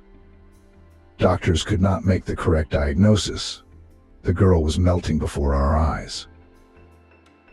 The first year she was still fine. She was still on her feet. Vivian almost cried again. It was obvious that her heart was truly hurting for the little girl. After New Year's Eve, she was quite ill. And now I am so frightened for her. I don't know what kind of illness has attacked our little girl. Samantha and her daughter moved into her flat temporarily. Annie was in daycare, and it was too dangerous for Melissa to get infections from there. So Samantha and Kevin made that decision. And it comes from Samantha a lot. Every day almost, Vivian continued. She's a good girl. She brings Melissa fair gifts. She brings Annie some too when she's not sick. But when she went to the garden, it started. Sick day after sick day. So it turns out they have a wife with one child separately, the husband with the eldest daughter separately. Such a family. Well, where to go? That's the situation. It's a strange situation, Jane said. She was shocked by Kevin and Melissa's story. It's like a TV show. Well, that's just the way it is. The older woman waved her hands. Melissa, I see she's getting along with you, and that's good, she said. Everything will be nicer now. Days went by. Jane now lived in the room next to Annie's nursery. But the girl often asked Nanny to stay the night in her bedroom. Melissa had a very comfortable sofa there. Jane made herself a bed on it. They talked before bedtime, holding hands. Jane saw Melissa's problems. It was very important. The girl clearly lacked attention, even though there were many adults around her. Kevin was a very caring and anxious father, a pleasant man to be around. They often had conversations about Melissa. The man always listened attentively to Jane, did not interrupt or argue, asked the right questions. Jane also got to know Samantha. Vivian was right. Indeed, she was a very beautiful woman. Chiseled cheekbones, beautifully curved lips, the grace of a panther, a true queen. But when Samantha interacted with Melissa, when she adjusted Melissa's blanket, smiled and stroked her head, Jane couldn't shake the feeling that the woman was a hypocrite. It was evident in seemingly insignificant details as well. A cold glint in her eyes, a squeamish movement of her lips, something elusive and very unpleasant. One day Jane had a strange dream. The girl found herself in some room, ragged wallpaper, creaky floors. She sat on a stool by a dark window, through which nothing could be seen, and realized that she was asleep. She wanted to wake up, but for some reason she couldn't. And then Jane did not even realize where she had come from. Lassie appeared as if out of thin air. Jane recognized her because she had seen Melissa's mother in pictures. Lassie smiled sadly and looked at Jane with a warm and very soft gaze. "Watch her," she said in a quiet, illogical voice. "Watch out for Samantha. She's the trouble. She's dangerous." Lassie vanished into thin air. And Jane had so many questions she wanted to ask her. Watch her how? What? Was she dangerous? Jane woke up in a cold sweat. Or rather, as if Jane had flown into her body, fallen into it. It was a strange sensation. Lassie's words were still echoing in her head. No, Jane didn't believe in the supernatural. But the dream, which was little more than a dream, was more like a journey through time and worlds. The strange dream just wouldn't let go. The next day Samantha was gone, and Jane waited for her. She knew for sure this woman was involved in something bad. Samantha is somehow hurting this family and doesn't like Melissa. She doesn't sympathize with the girl, she just pretends to care. And how come the others don't notice this? Even the experienced, long-lived Vivienne. Samantha turned up the next day, as beautiful as ever, brightly colored, languid. First thing she did was go up to Annie's to say hello. Then she went down to the kitchen. "Melissa's thirsty," Samantha said, looking at Vivienne. "Let me make her some cocoa." "Come on," said the au pair, fussing. "No, I can manage. I feel like it. I want to do something for her." "You're so thoughtful." Jane was silent. She watched Samantha like Lassie had asked her to in the dream. Somehow it felt like this was the big moment. It was as if Lassie were there, telling her to be vigilant. Vivienne was tinkering with the test. Jane pretended to look out the window, but she was watching Samantha. And there she was, the woman deftly pulled a small vial from her sleeve, dripped a few drops into the milk, and immediately hid the bottle back. Only a couple of seconds, a few deft movements, but Jane saw everything. "The drink for the princess is ready." Samantha smiled. "Jane, hand me her favorite cup, please." Jane obeyed. She watched in silence as Samantha poured cocoa into Melissa's mug with a picture of Melissa's favorite cartoon characters, and realized Melissa shouldn't drink it. She shouldn't. She should act on it. Jane pretended to slip. She bumped into Samantha, who dropped the cup out of her hands, the mug falling and shattering. "Cocoa spilled on the floor?" "I'm sorry, I'm so clumsy." Jane fidgeted, grabbed a rag, started wiping up the puddle, picking up the shards. "It's okay, I'll do it again." Samantha's voice was filled with poorly concealed irritation. Jane couldn't do it a second time. It would arouse suspicion. So she had to accept the fact that Melissa would get the cocoa from her stepmother's hands. While Samantha and Vivienne were at Melissa's, Jane squeezed the rag she used to wipe the cocoa into an empty tomato paste jar. She was going to take the liquid to be analyzed today. She needed to know exactly what Samantha had put in the cocoa. Maybe it was just vitamins. Then there was no point in panicking. But something told her it wasn't. She had to wait 2 days for the test results. When Jane saw the statement, she was horrified. The drink contained poison, deadly, causing symptoms similar to those of Annie. So the girl's weakness was due to her stepmother systematically poisoning her. Just like in a fairy tale. Jane didn't know who to turn to with her news. Vivienne? What could she do? Kevin. He wouldn't believe her. What do we do? Samantha can't be allowed anywhere near the girl. She wants to send her to the afterlife, and she's almost succeeded in that endeavor. Still, Jane plucked up the courage to talk to Kevin. She told him everything about her terrible dream, about the cocoa, and about the examination. Jane was afraid that he would shout, start to kick her out, or accuse her of wanting to hurt his daughter.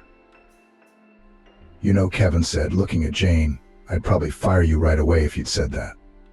It's very strange, agreed. But just yesterday I had an unusual dream too, lassie. And she asked me to trust you, just trust, nothing more. Why don't you just keep this to yourself for now and take some time off? I need to sort this out. Vera Antonovna will call you when you can go back to work. Jane spent those few days on pins and needles. She didn't know what was going on at Kevin's house, and she was very worried about Melissa, who had already grown fond of her. But Kevin had said to wait for the call, so she would wait. Vera Antonovna called. Jane, seeing her name on the screen, became anxious. What would they tell her now? How did it go? Come over, was all Vera Antonovna said. We have such a thing here. Come quickly. Melissa misses you. Very much. Jane didn't have to beg long. Half an hour later, she was at Kevin's house. The owner opened the door, still as calm and unruffled as ever. It was hard to guess from his appearance what had happened. I want to thank you, the man finally allowed himself to smile. You were right. Samantha, she really wanted to.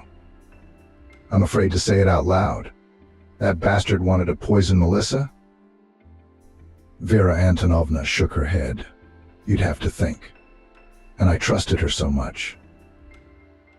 The story turned out to be banal and as old as the world. Samantha was not going to put up with a rival in the form of her wealthy husband's favorite daughter. She wanted her own daughter Annie to be the sole heir to Kevin's fortune. Well, herself first, of course. Samantha had once trained as a pharmacist, but she never worked a day in her profession, preferring to live off rich admirers. Nature has generously endowed her with beauty, so that the opportunities for such an existence the woman had. Received in college knowledge was enough to think of a way to send the hated stepdaughter to the other side of the world, a poison that's hard to find in blood and tissue unless you look for it. Samantha put the toxic substance in the food she cooked for Melissa, and the girl was weakening, slowly fading away. We were only a short distance away from the target. It's mind-boggling. It's unbelievable. Vera Antonovna could not calm down yet. Jane understood her. Indeed, Samantha's act was monstrous. How could she do such a thing to a defenseless child? Melissa trusted her, loved her. So Kevin installed surveillance cameras in the kitchen. It turns out Samantha was poisoning Melissa's food every time she ate it. Sometimes she cooked something for the girl herself, and sometimes she'd drip it from a vial into the food, probably prepared by the housekeeper. I used my own hands to take it to Melissa. The poisoned Vivian shook her head. Anyway, Samantha had been caught red-handed. She was under investigation. Annie was taken in by her father, a man who had wanted to have contact with the child for a long time, but he wasn't allowed to because he was too poor for it, too unworthy. Melissa, and everything will be fine, Vivian assured Vivian. It wasn't the child's fault that his mother wanted to do this. And Melissa, how is she? Jane asked. Melissa's fine. Came from somewhere behind her. Jane turned round and met Melissa's eyes. She was still very thin and pale, but she already had the strength to walk around the house. A real miracle. The doctor said she'll recover quickly now. Vivian smiled. Jane and Jasper walked slowly along the shelves of the children's shop. It was the girls' section, so they both felt as if they were in a realm of pink and purple dolls, cosmetics, soft toys. It was mind-boggling. When I was in San Francisco, a guy bought his nephew a voice-controlled robot. That's the stuff. Maybe Melissa would like something like that, Jasper suggested. She's a girl, Jane reminded him. And she definitely wants a doll, a cartoon character. We should try to find one. Maybe next birthday she won't want toys at all. Kids grow up so fast. It's amazing. We'll soon see for ourselves. Jasper put his hand on Jane's rounded belly. The baby responded immediately with a still weak but palpable push. A year ago, right after Melissa had been rescued from her evil stepmother, Jane had been in for another surprise. She continued to live next door to Melissa. She was quickly on the mend, mastered active games, asked to take her for walks all over Los Angeles. The girl was still very attached to Jane, and she still needed a job. And Jane had already got used to everyone to the girl Vivian. Even Kevin did not want to part with them. The adults had initially decided not to tell Melissa the truth about what had happened to her. Too terrible story. But the sensible girl managed to put two and two together, heard something, thought of something herself. It's just like in fairy tales. The girl shrugged her shoulders. The little girl was coming back to life. In September, she went to school with her peers. And Jane was finally able to return to the university, chose a correspondence course, because she had to not only study, but also work. However, her work was more like life in a family with relatives: sweet, cheerful Melissa, kind, wise Vivian, always busy, but polite and attentive Kevin.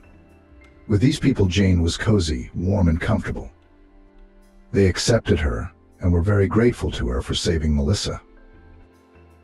It's scary to think what could have happened if it hadn't been for that terrible dream. They discussed this unusual event. First, Lassie had dreamt about Jane, then Kevin. Vivian was sure of it.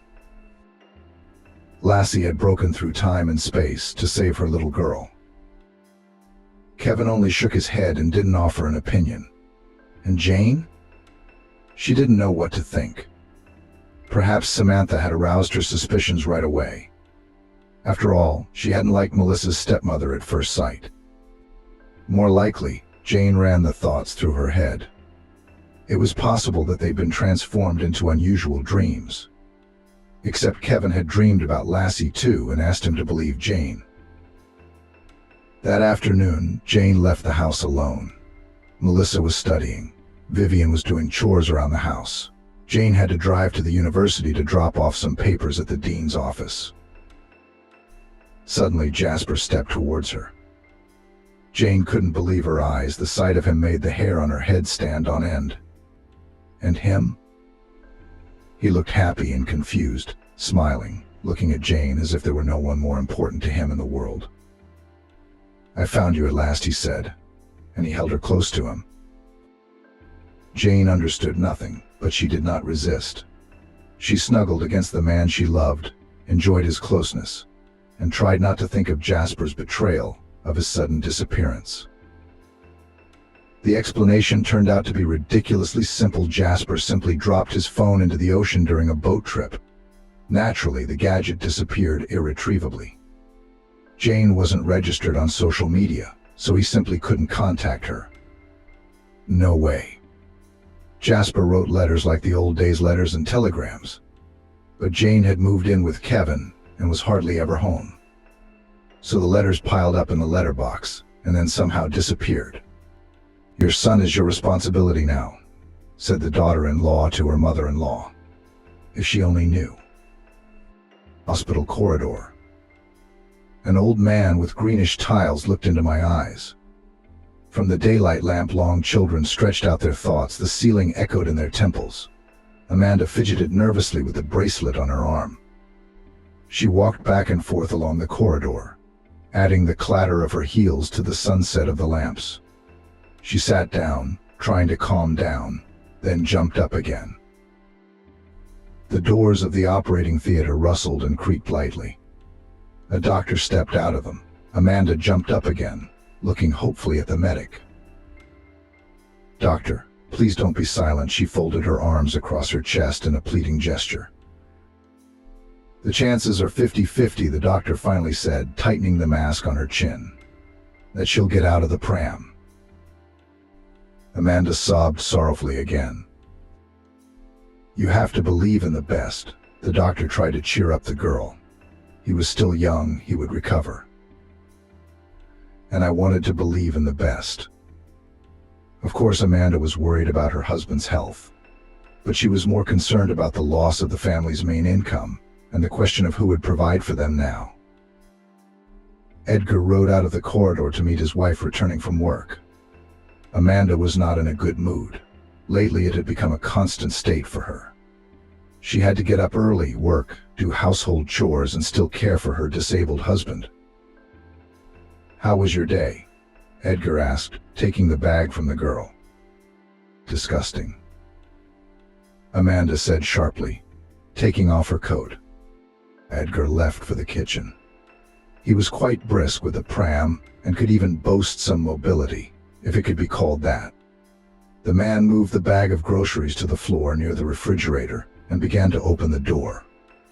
He could only put his purchases on the first shelf or the bottom of the door. Amanda snatched the bottle of milk she'd opened on the way out, slammed it down, and closed it loosely. It wouldn't leak to the neighbors. Why are you shouting? Edgar looked at her. Would someone wipe it up? You. Amanda felt irritated and developed from her husband's helpfulness. He realized his limited functionality, so he tried not to inconvenience his wife. At first, Edgar was even ashamed, but later he accepted his condition and stopped suffering from remorse. Can you heat it up for yourself? I'm tired. Amanda pulled her hair back with her hands and went into her room. The couch creaked faintly. Bleck the cat rubbed against her leg, begging for a treat. Amanda sat relaxed, exhausted, lethargic, and powerless. This wasn't the life she'd imagined when she'd married the handsome extreme sportsman Edgar. Now he's deprived of his passion and his income. And she has to work for two, running all over town showing cheap flats to poor families. This was not how Amanda planned to spend her youth. Her husband had been in a wheelchair for 6 months. At first they lived on old savings, but those soon ran out. Amanda put off looking for a job until the last minute. She was scared, and her inner state was against it. By the age of 25, the girl had no experience. She worked part-time shooting for online clothing shops, blogging for a young stylist, although she had a good education in the hospitality industry.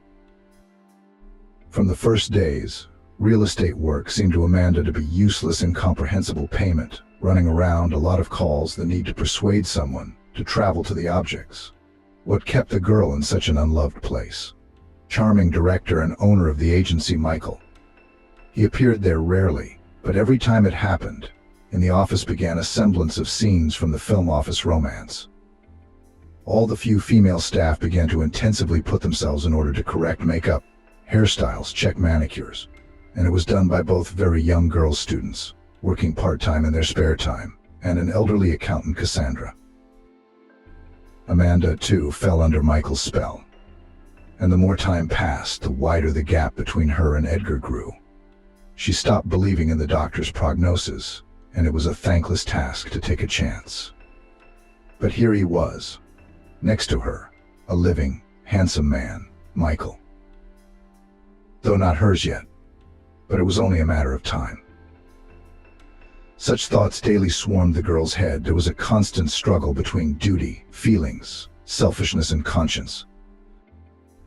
And that evening, selfishness and inner whims won. At some point, Amanda realized that she didn't care at all about the opinion of others, that she didn't want to support her invalid husband until his retirement and cross out her whole life with it. She too deserves happiness, deserves the joy of being a girl, not to pull a heavy burden on herself. The decision came instantly. It was strange that such a momentous turn was made on an ordinary sofa in an ordinary city flat on an ordinary March evening. Are you going somewhere? Edgar asked, watching his wife pack a pile of things into her bag. Yes, Amanda nodded briefly. We're going to your mum's. Edgar raised an eyebrow in surprise and grinned with the corner of his mouth. What kind of nonsense is that? A daughter-in-law wants to go to her mother-in-law's house by herself. The daughter-in-law is tired of working for two. Amanda threw Edgar's trainers into the bag with a swift throw. The man fell silent, and Amanda just burst into tears. I can't do this anymore, okay?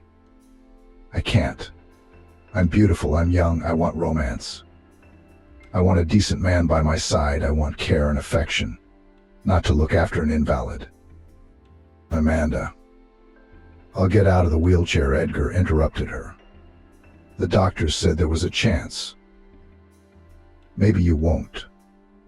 I'm sick of this. Amanda threw in her bag a couple more t-shirts and zipped it up with a precise motion. Are you staying at your mom's? We need to live apart for at least a few months. 6 months. I don't know. They were both silent. Amanda was dumbfounded. Edgar realized that he was being thrown away like an unnecessary thing. Really, what good is such a helpless and useless husband? And aren't you afraid to hang close to the ground when you're lying on that mattress? Mate Terrence shoved Edgar in the shoulder, barely landing.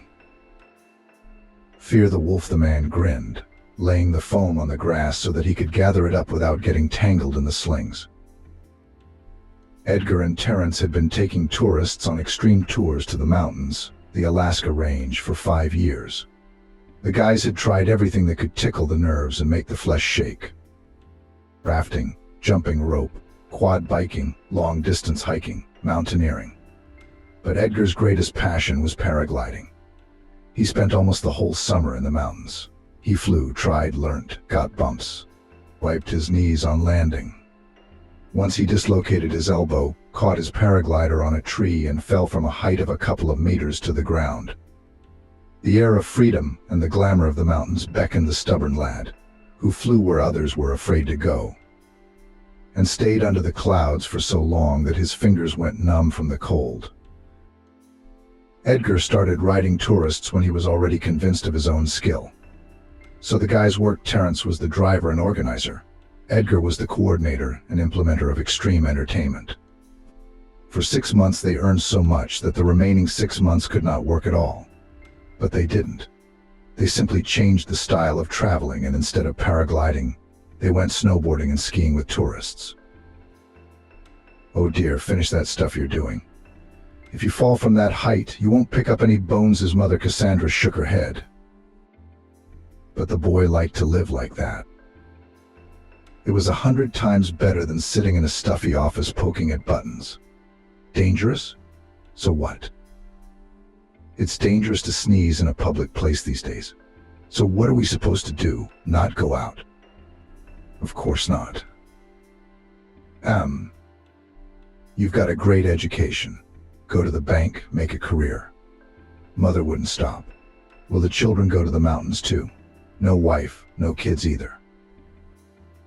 Mom, why are you bothering again? Edgar sighed tiredly. The parent was in her repertoire. Talking about the dangers of paragliding and the frivolity of the tourist business was a regular occurrence, even if it brought in decent money. Edgar met Amanda on a social network. He was bored on a winter evening. The guy scrolled through the newsfeed and came across the page of a pretty girl. Something about this brunette caught the young man's eye. Word by word, they went on a couple of dates. The girl was impressed by Edgar's boldness and passion. He took her on several trips, even offered to take her paragliding. But Amanda refused the altitude.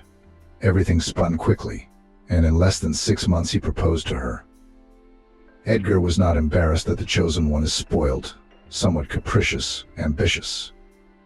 But she always waited at home, cooked delicious salads and dishes, did not criticize his hobbies. At work, Edgar's wife did not kick out the wife.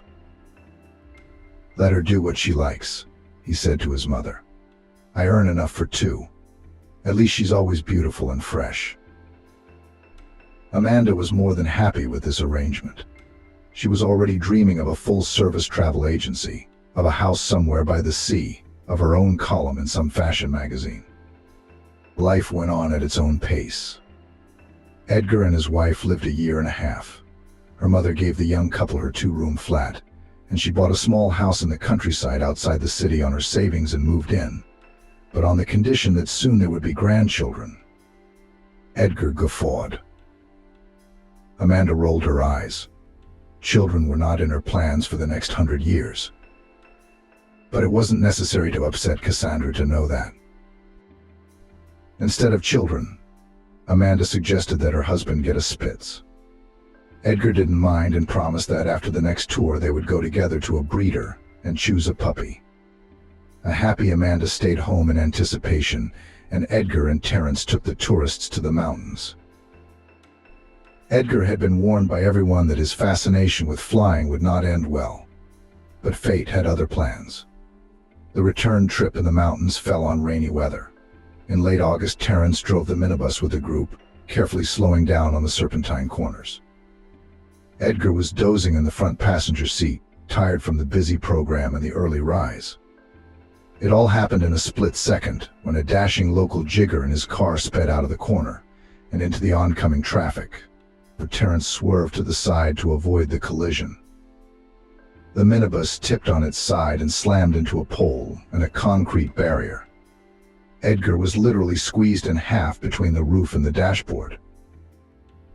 The other passengers were crushed like peas, but fortunately no one else was seriously hurt.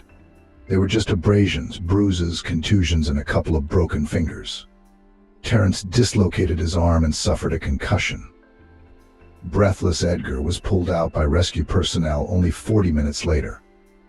In the mountains in the rain and traveling fast is not even possible for rescuers. He was taken to the nearest hospital, but there was no one there to perform the complicated operation. The man was rushed to the state capital. There he could be given at least a chance to get back on his feet. The operation was a success. Edgar recovered quickly, but he was paralyzed from the waist down. Without words, it was clear that extreme sports were over for good, extreme sports and his favorite job. The minibus was beyond recovery. The firm was ruined. It was left without transport and its chief instructor. Amanda howled wolf as she realized her beautiful, comfortable life was over. Her attitude towards her husband changed almost immediately. Whereas before she had seen him as a hero, a pillar, a leader, a risk-taker, now he was just a source of trouble. Edgar experienced the crisis of loss of mobility for a long time. He became depressed. 10 times a day he revisited photos from his trips, pulled the remains of his parachute out of his rucksack, stroked it, holding it in his hands, sighing, staring at one point. The atmosphere in the flat was heavy. The doctor prescribed Edgar a set of exercises that should have had an effect over time. But the man, disgusted by his helplessness, could not start doing them for a long time. Amanda avoided talking about the accident and didn't poke her husband's nose in his deficiency at first. But as the irritation and strain grew, she sometimes snapped. "Don't be discouraged, son.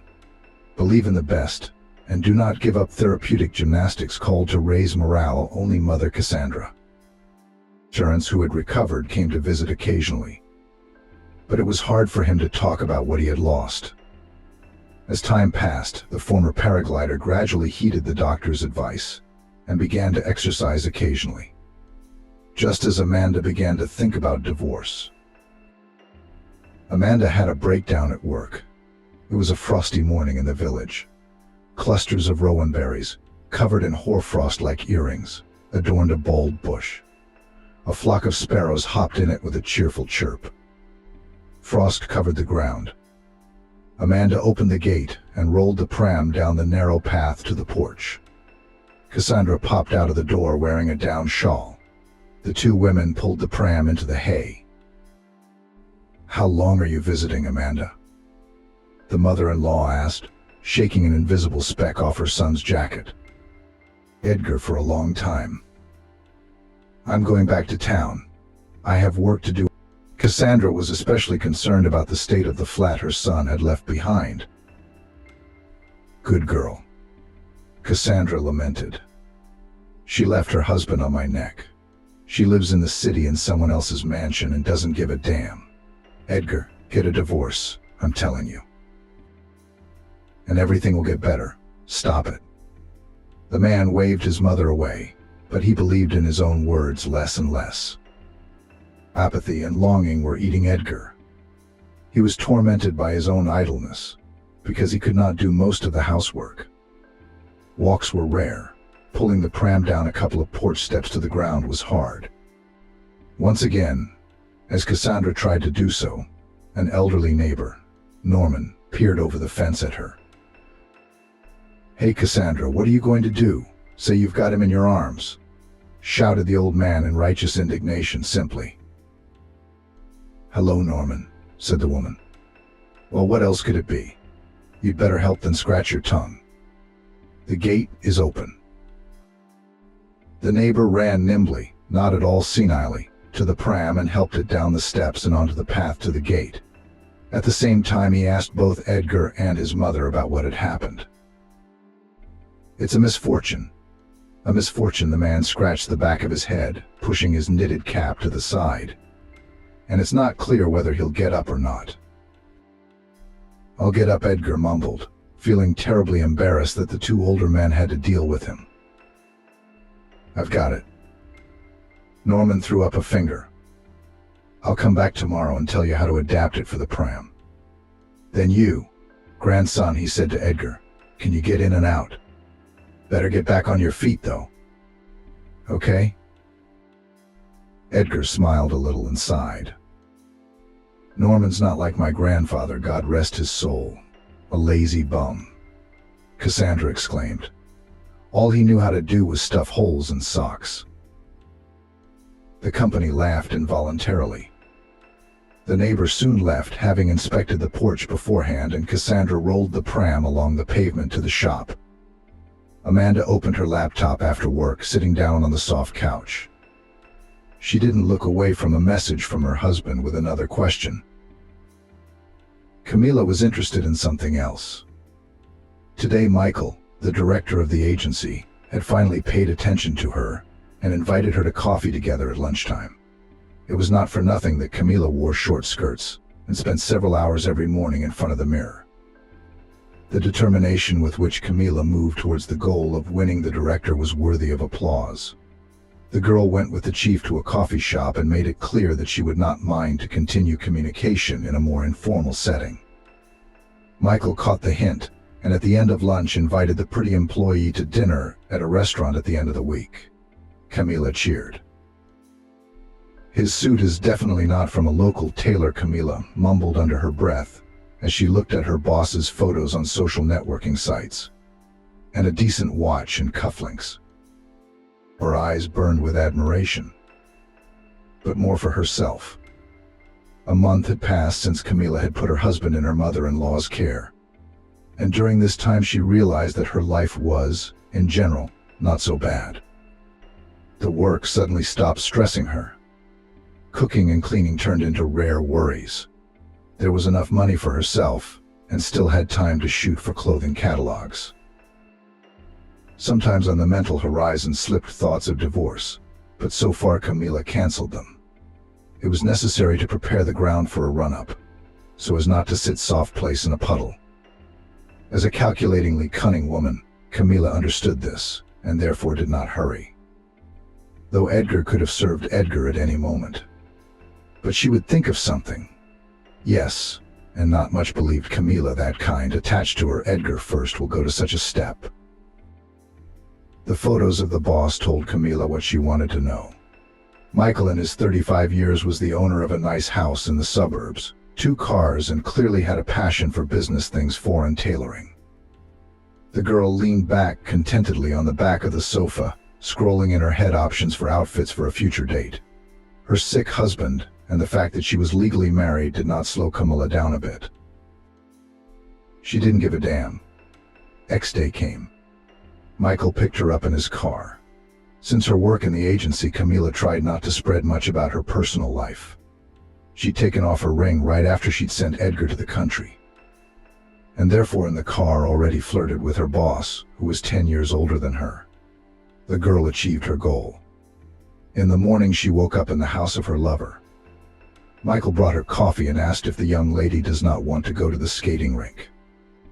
A couple of days later, Camila flirtatiously agreed. Everything went according to plan. She told Michael what he wanted to hear, and he was slipping into an affair with his coworker. At work, they decided not to advertise their relationship, although it was difficult to hide something in a female team. Soon the whole office was talking about the fact that the manager had a young mistress. Camila quietly laughed at the gossiping colleagues, but did not hurry to reveal the secret. Her goal was Michael, not to hurt the noses of her workmates.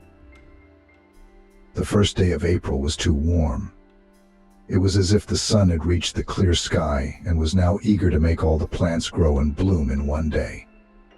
There were even some sleepy flies in the air, dazed by the sudden joy of plus 19 degrees. Norman scratched his stubbled chin and held his visor up, looking at the sun. "It's blooming, isn't it?" He nodded to Edgar. The man sat in his buggy on the porch path, keeping his neighbor company while he reworked the sides into a strong and smooth slope. On Edgar's lap, Black the cat stomped around. He was writhing in pain, digging his paws into his master's lap. "Now we'll put some paste on it, and you'll ride like a racer," the elderly neighbor said contentedly, wielding a hammer. "At least we can do it without breaking traffic laws," Edgar smiled. He'd been a little perked up lately. Maybe it was the weather, maybe it was the fact that Amanda had practically abandoned him. Either way, clarity had come. Besides, Edgar had figured out a way to brighten up his hated idleness. He decided to write a book about his journey to paraplegia. He found a blank notebook in his desk and began jotting down ideas. Edgar had never written any texts before, except for essays at school. However, his work was quite vigorous. It was the abundant reading in the winter evenings, as his mother had always favored books and had plenty of them at home. On those same winter evenings, he and his parents, sometimes with neighbors or alone in the kitchen, would read across from each other while drinking herbal tea. At such times, Edgar would forget that he was deprived of the ability to walk and become a little happier. Bleck stretched his striped back, jumped to the ground, and disappeared behind the fence on some feline business of his own. "It's done." Norman surveyed the job well done, and then turned to Edgar. "Come on, son, try it yourself." Edgar, helping himself with his hands, began to carefully roll the pram up the makeshift ramp. A few minutes later, he and his vehicle were already at the door to the house. "Well, that's good," praised his neighbor. "Grandpa, are you here?" Came from behind the fence.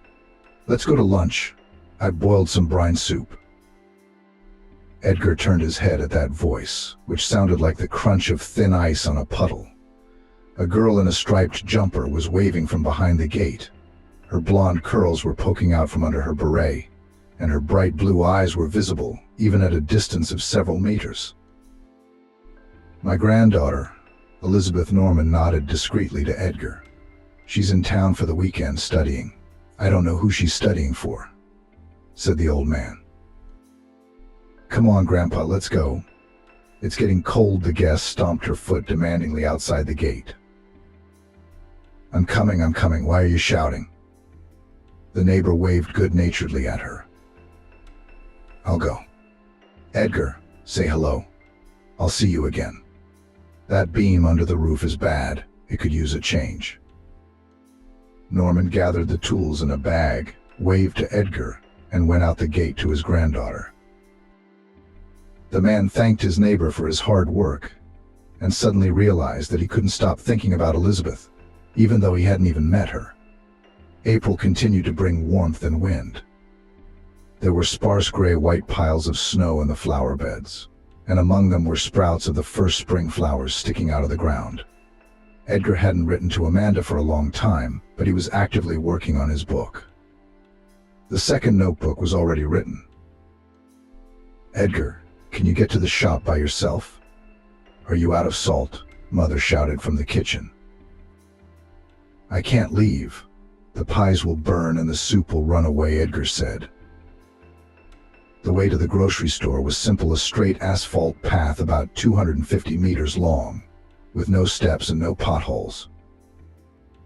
"I can make it," Edgar said. He hastily put on his jacket, checked the change in his pocket, and rolled toward the gate. Glad that he could help at last. It was time to go for a walk.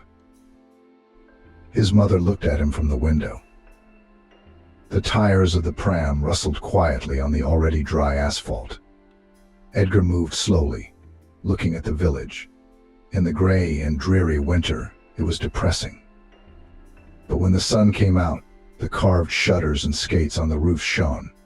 In front of the yard's colored borders and future flower beds looked out. Quick sparrows were dragging grain from the chickens' feeders, chirping. Somewhere sheep barked. The noise pleased the heart, heralded the arrival of warmth to people and animals. Edgar got to the shop without any problems, bought salt and rolled back. Almost back to the house, he heard the pitiful, familiar meows from the roof of the neighbors. The man looked up. Bill was sitting on the roof. Edgar had seen from the window that the cat used to climb up there on scaffolding. The neighbors were repairing something in the attic, and the scaffolding had been up there most of the winter.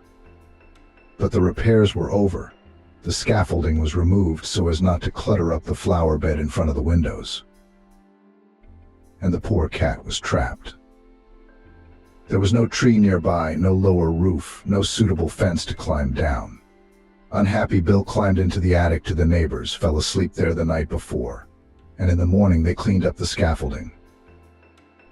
And now the frightened animals, seeing the owner, shrieked at the top of their voices that the poor man was stuck.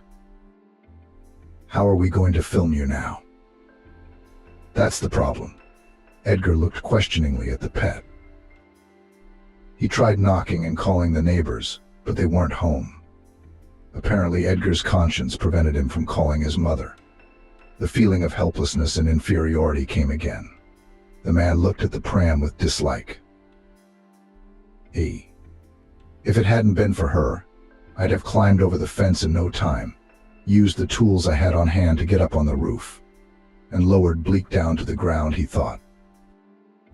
A familiar ringing voice snapped Edgar out of his musings. Norman's granddaughter, Elizabeth, was standing nearby, looking up at the roof. "Yes, I wonder how to get it." Edgar nodded cautiously. "Well, you don't have much to think about," Elizabeth said. "Well, we can't leave the mustache in the lurch." She put the bag of food in Edgar's lap, rolled up her sleeves, and climbed over the fence to the neighbors. The man only clapped his eyes in amazement. The vivacious girl aroused in him a feeling of real admiration. Elizabeth walked round the house and found an old 3-step ladder by the shed. She shook the find happily, showing Edgar that she had an idea.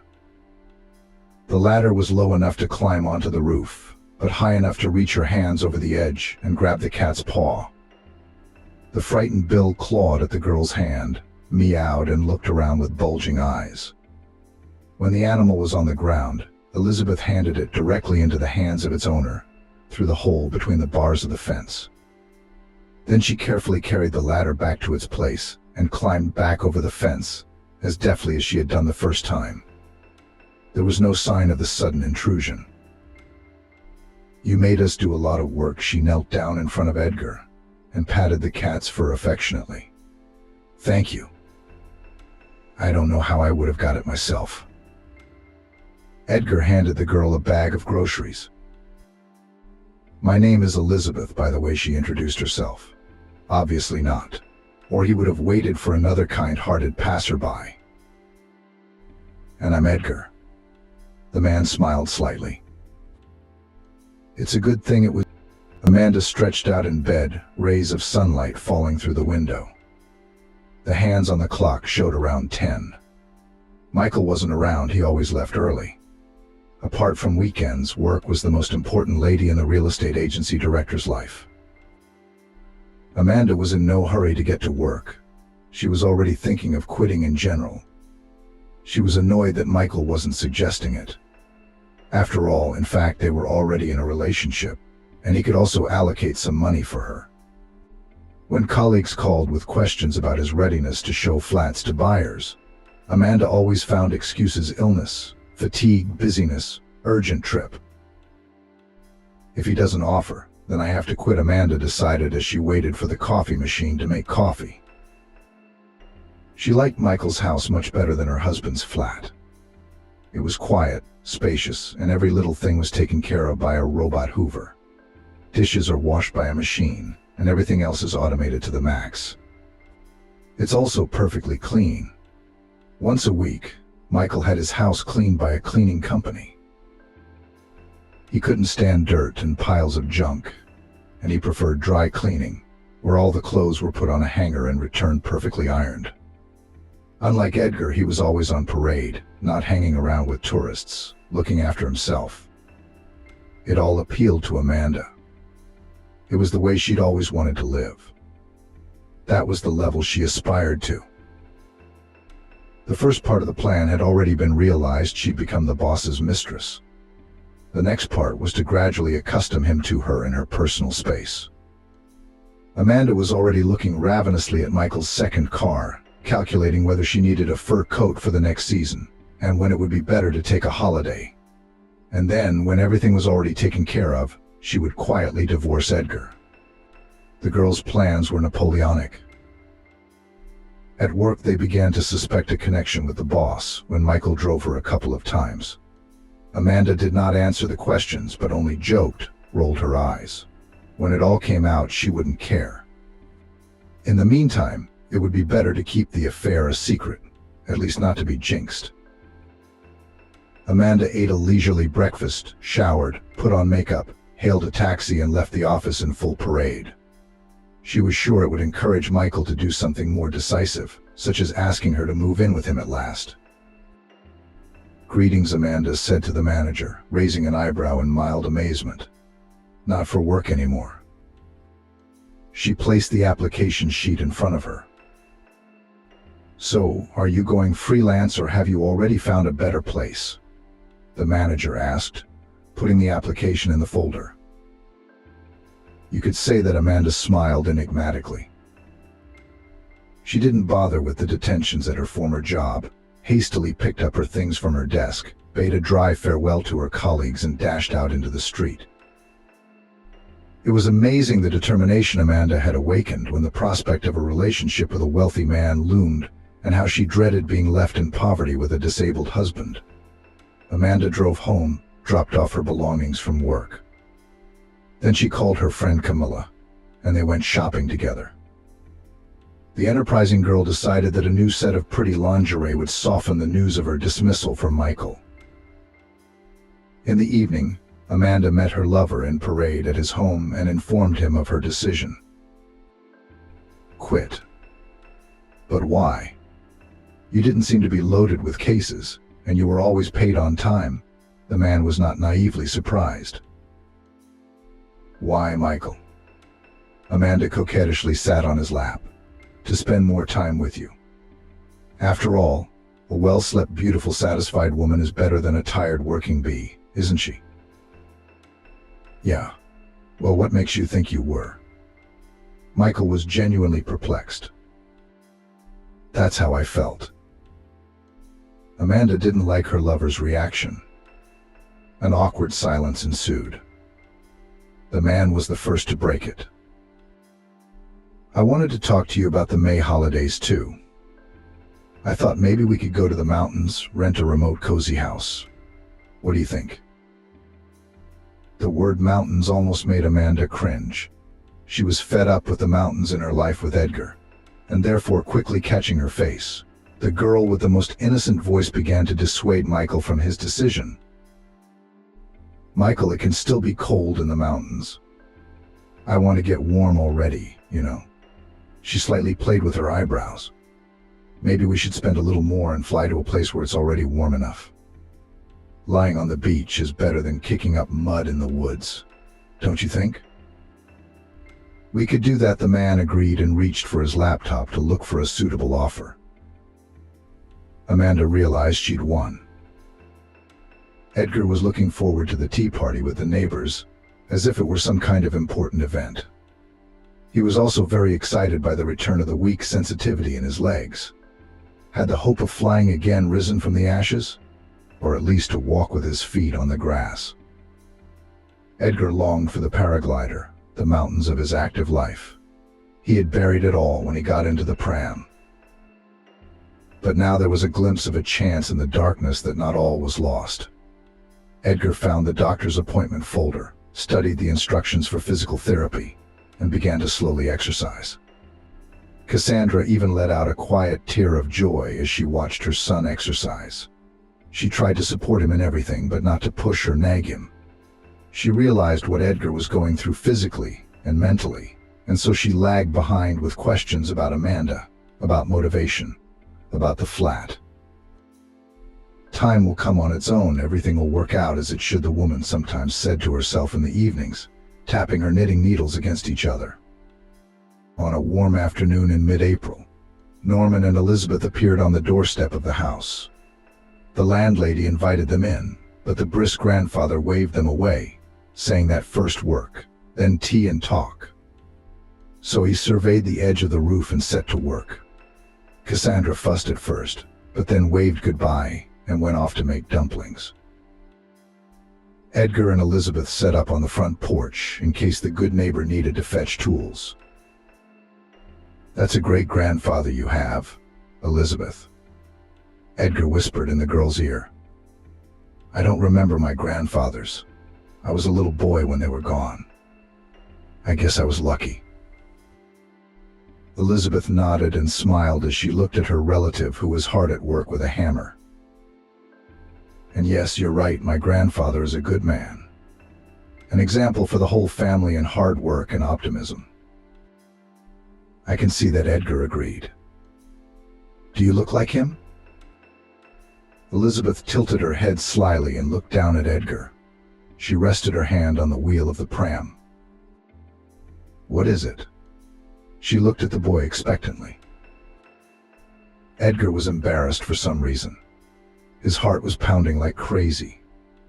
This simple and perky student caused in him a feeling similar to the first flight under the dome of a paraglider. "You're light, witty, and kind," Edgar said in one breath. Elizabeth felt as if she were experiencing all the words in turn, and then nodded affirmatively, nodded a little pictorially, gave Edgar a playful tap on the shoulder, and laughed.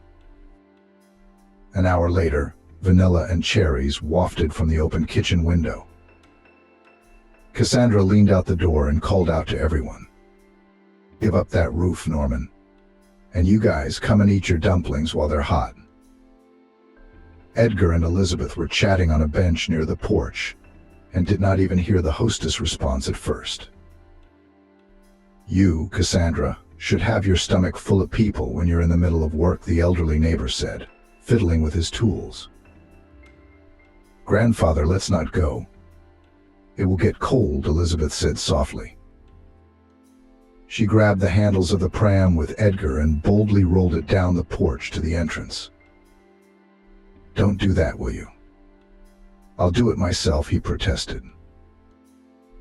"Let me take care of you," Lisa giggled but didn't stop.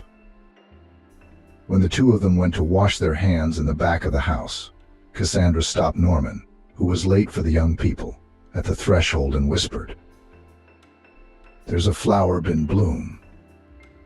"I can't see it," he mumbled good-naturedly. "Do you take me for an old fool?" The neighbors smiled understandingly. When the whole company was gathered round the table, the plates were already steaming, fresh with jam, homemade dumplings with garden cherries, strong tea and sour cream so thick that a spoon could stand in it. Under the table, Bill grumbled. The cat nosed on one lap or the other, begging for treats.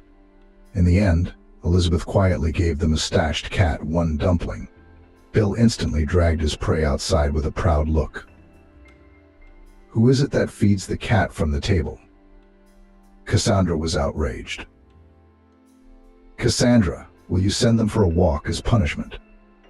Grandpa Norman winked at his granddaughter. Elizabeth and Edgar looked at each other at the same time. "That's right," said the landlady. "The weather's nice, there's no need to sit around.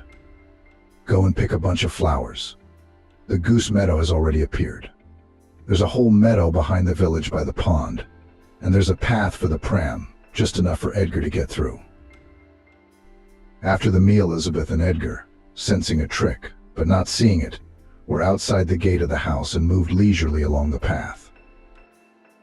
"Can't you walk at all?" "I'm sorry, I shouldn't have asked that. It's inappropriate." "It's okay," Edgar answered very calmly. "The doctors say there's a chance, but I can't walk yet."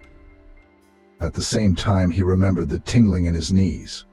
He had recently started doing his own exercises, gymnastics, to restore sensation. "But sometimes apathy overcomes me and I want to give up and accept everything he shared with the girl. They say that human possibilities are limitless, and it's all about desire." Elizabeth looked at the sun and then at Edgar. "I'm studying marketing, but I want to work with people, with the masses. I feel a calling, but I don't know in what way." "That's great," Edgar complimented her. "In time you'll realize where you're going. And you'll get back on your feet in time. I know you will." Elizabeth smiled and discreetly touched the man's shoulder. Edgar felt the warmth of her hand even through the thick sweatshirt. It remained there, even when the hand itself was gone. They talked and talked about plans and dreams, about the shortcomings of the student dormitories and strict teachers, about the countryside and the city, about the joys of being and imaginary problems. For the first time in many months after the accident, Edgar felt alive. If his legs would have obeyed, he would have run, spreading his arms out to the sides and putting his face to the wind. The pram hit a rock, rattling lightly. When the wheel shuddered, Elizabeth stopped. "Does it hurt?" "No," he looked up at her, bewildered by the sudden joy. "I think I can feel my leg." Her eyes widened, and she squatted down beside him. She grasped her leg just above the knee and pressed lightly. The skin responded to Edgar with a barely perceptible but uncomfortable, dull pain, as if through a pillow. Barely, but it echoed. Edgar grabbed Elizabeth's hand. "I can feel her," he whispered. "I can feel her exactly." Elizabeth jumped up and laughed, then threw her arms around Edgar, a tear running down his cheek, either from joy or happiness, or maybe both. Amanda was dozing in her chair with her headphones on. Michael was sitting next to her, looking at something on his laptop. Clouds flashed in the window. The plane was carrying them home from their holiday. "Amanda, why buy a car when you already have one?" Amanda nodded down at the blue foreign car. Michael followed her gaze, pressed his lips together, and after a pause said, "The car's not running. I'm waiting for a new engine. Then I was planning to repair it, sell it, and invest the money in a project. And by the way, you don't even have any driving experience." "You can gain experience," Amanda said. "You can always sell it." I liked her so much. I could be your sober driver after all. Amanda was an excellent bargainer. She'd learned while studying to be a translator that it was easier to ask for something than to make the effort and strain herself. And awkwardness could always be smoothed over with a woman's tricks. So Michael rubbed the bridge of his nose irritably with his fingers. "I don't drink, and even if I did, I could call a taxi. The car's not running, no one can drive it. When the right engine comes along, I'll order it. But until then, you'd better buy yourself a good pair of trainers," he said. The man stood up, took the mug with the rest of the coffee and went back to his room, signaling that the subject was closed. Amanda pouted resentfully. The recommendation seemed insulting to her, considering that pretty shoes and stiletto boots had helped her initially win her lover. She was not refused directly, but rather harshly. She remembered the patient, kind Edgar, who, though he couldn't give her a car, had never refused her other more modest gifts. A few days passed. Amanda decided to ignore Michael's refusal and try to talk about the car again later. She pretended to be a diligent housewife. cooked a nice dinner, bought some good wine. The evening passed in a cozy atmosphere. Until Michael suggested watching a new film that showed the serene life of a family with 2 children. The father was playing frisbee with his son. The mother was teaching her daughter to play the piano. A golden retriever snoozed on the mat. "I always wanted a big family," 2 Michael said suddenly. "A son and a daughter. I even started this business so that the children would have enough to live on and not need anything." Amanda, who was lying on his lap, was slightly shaken, but she did not show it. So there it was, the perfect image of a spouse for Michael, whom he would agree to provide for without question, an educated, working mom. No, she's not going to be that. Wasting her youth and beauty on children. When there are so many countries, so many cool leisure options and ways to improve yourself. "I feel sick," Amanda said, jumping up and going into the kitchen. Suddenly she had an amazing idea on how to get all the benefits of a lover without cheating on herself. She opened a bottle of mineral water, poured the falling liquid into a glass and drank contentedly. The plan was simple and ingenious. Elizabeth would only come to the village on weekends. For the rest of the time she had to attend classes. Edgar missed the girl, but tried to keep himself busy in her absence.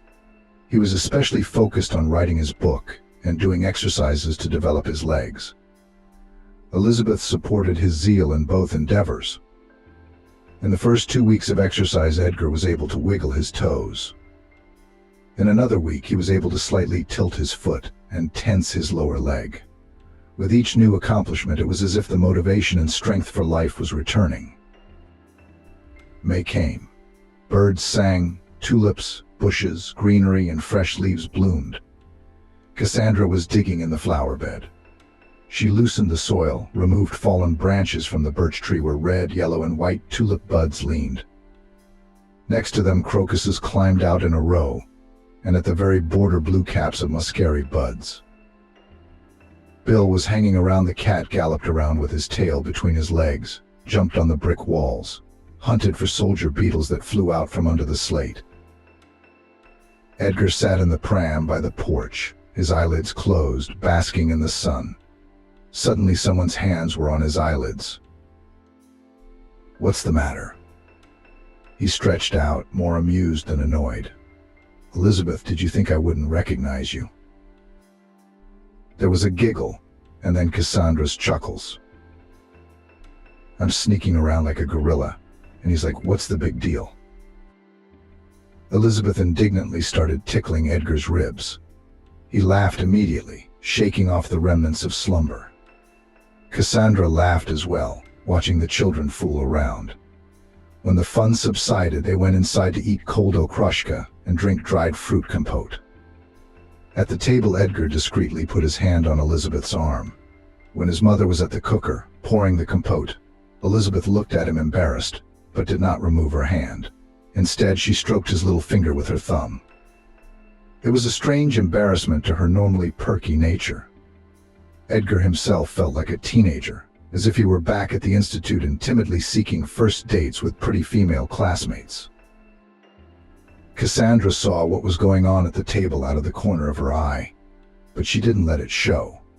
Instead, she thought of something urgent to do outside, grabbed her head, and dashed out of the kitchen. "Elizabeth, I have to talk to you." Edgar began when he realized they were alone. The girl nodded and turned to face him, her whole body on the stool. "About what?" "About what's going on between us." Edgar sighed and took her hand again. "I like you a lot. I realize that we're not just friends anymore. You've become important to me, and you're helping me not to give up. I realize you don't want an invalid, but I'll tell you anyway, I'm married. Yeah, she dumped me like I wasn't worth having around, but officially, I'm still married." Instead of answering, Elizabeth moved closer and hugged him tightly around the neck. "Of course I need you for anything. And I'm sure you'll be out of that damn chair very, very soon," she whispered in his ear. Edgar's insides warmed. He hugged Elizabeth back, at the same time feeling the distinct tingling in his knees again as he pulled her to him. "You are an amazing person, with a good heart and a beautiful dream." Elizabeth looked into his eyes. "And I care first and foremost about how you feel, not what the papers say." The man smiled and hugged the girl again. "Let's get you back on your feet already." Elizabeth kissed him on the cheek. "Everything will work itself out from here." Amanda scrambled out of her seat and ran desperately to the lavatory. Under Michael's surprised gaze, they had just sat down to breakfast Saturday morning. They planned to drive to a business meeting and go for a walk afterwards. "Are you all right?" Michael knocked excitedly on the bathroom door. "Yeah, just dizzy all of a sudden with nausea," Amanda replied, carefully mimicking the appropriate sounds. She made some more noise with the cistern drain, the tap, splashed water on her face, and went out into the corridor. Michael looked at her with a mixture of joy and anticipation. "Are you pregnant?" he blurted out. "Oh, I don't know. I'll take a test today." Amanda clutched her forehead. "What's there to do?" Michael picked her up and sat her on the living room couch, fanning her. "It's pretty clear. You're sick of food and your face is all bloomy. And if that's the case, would you be glad?" Amanda pulled on the most naively righteous expression she could muster. "Are you kidding?" "Of course I am." Michael knelt down in front of her. "I've wanted kids for so long. And I applied for a second degree. What are we going to do, take it back?" Amanda changed from righteousness to a broken expression. "Why take it back? You're a correspondence student. I'll pay for your education so you can work when the baby grows up," Michael assured her. "Yeah, that's how I went to work." Amanda mentally regained her footing, of course. "Good. I'll go to the doctor tomorrow and find out everything." She sighed, hugging a jubilant Michael. How to fake a pregnancy until the belly appeared. Amanda had thought through the nausea, mood swings, dizziness, and bouts of appetite. It wasn't a problem. A doctor she knew for a fee could write certificates and reports for the first time. But then Amanda was going to stage a miscarriage. The only problem was how to divorce Edgar discreetly, but stay in his flat. After all, the ambitious woman had plans to marry Michael, but he thought the flat belonged to Amanda. He never allowed her to move in. He wouldn't kick his baby mama out on the street, though, would he? There goes the puzzle, thought the cunning Amanda. The certificate was soon obtained. Michael was jubilant, developed a flurry of activity, and was already choosing a name for the future child. He immediately moved Amanda permanently to his place. In the evenings he looked through prams and cots, endlessly discussed everything related to children. The girl nudged and herself tried to catch the moment to file for divorce. It remained to quietly finish the story with Edgar, so that it would be possible to marry Michael unhindered. There wasn't much time left and every day counted. In the meantime, Amanda was taking full advantage of her position. She was capricious, demanded a personal masseur, demanded to order food at home, but at 3 o'clock in the morning asked to buy a ring or a handbag. Michael fulfilled all her requests without question, even made a separate bank card for Amanda. After all, the wishes of a mother and her child were a man's law. And no matter what, he liked Amanda, despite her temper. "Are you sure?" Elizabeth looked at Edgar very carefully. "Maybe we should wait. I don't want anything to happen." "Yes, I'm sure." Edgar leaned on the armrests of his chair as hard as he could. It was time to try it. They were both in the living room of the house, on the carpet. Elizabeth stood beside the pram and held out her arms to the man. Edgar began to carefully stand up. At first his legs obeyed him on his elbows, but somehow sluggishly, with a third of the strength that was usual for a healthy man. His knees bent like weighted hinges that hadn't opened a door in a long time. "It's heavy," Edgar muttered. Elizabeth watched the boy eagerly. It's harder than learning to walk as a child. He put one foot down on the floor first, felt the shaggy pile of the carpet as if through a pillow. Then he put the other foot down. He had to make up his mind and let go of the armrests of the pram. Doubt overwhelmed the mind. Edgar closed his eyes and remembered his first paragliding flight. An eagle around the clouds that hugged the slopes affectionately, overgrown with pines, fir trees. He shivered at the long-forgotten sensations. He felt Elizabeth's support and tried to take a step. His leg felt like a stranger's, stricken with a cramp, but nevertheless he moved slowly forward. A movement, a step through the force, another step. His back was remembering what it was like to be straight. Edgar looked at his legs, scarred from his many extreme activities, and it was as if he was reliving them all a second time, standing here on the soft carpet in his own home. The man managed to take a dozen feeble steps with Elizabeth's encouragement and, tired, sat back in his chair. "You're doing an incredible job," the girl hugged him. "Let's go to the doctor. Let them record your progress. Maybe he will give some recommendations to make the process go faster." "That's a good idea. But how do we get to the city and the hospital?" Edgar nodded sadly at the still-needed wheelchair. "Norman has a car. He can drive it," Elizabeth suggested. "No, he won't, will he?" Edgar waved his hands. "Norman has already done so much for me. I can't. My conscience won't allow it." "Oh, stop it," Elizabeth threw at him. "That grandfather doesn't understand anything. Yeah, he's old and clueless." Edgar was embarrassed. "But only if he agrees, don't insist." He grabbed the palm of Elizabeth's hand, who was about to go to the grandfather. The old Jigalanok drove measuredly over the bumps of the village road. Norman spun the steering wheel and talked about the years of dashing youth and work in the collective. "I filed for divorce," Amanda informed him briefly. "I don't think I need to explain why or why not. You're a big, smart boy. You'll figure it out." "Yes, I will," he confirmed his ex-wife's words. "Good. I hope they do it quickly. I'll be out of the flat in a couple of weeks." Amanda hung up after that. Elizabeth heard the conversation, unlike Edgar. "It's for the best. Don't be upset," she turned to Edgar and whispered. "You said yourself that she was just a formality." "You're right," the man nodded. "Still, I loved this man once." The key word is once upon a time. Amanda tapped her fingers contentedly on the arm of the chair. Everything was going according to plan. Edgar had agreed to the divorce, even though he didn't have much of a choice. Michael adored her. The pregnancy legend was confirmed by a certificate. A personal bank card with enough money for every whim at any time of day. Awesome.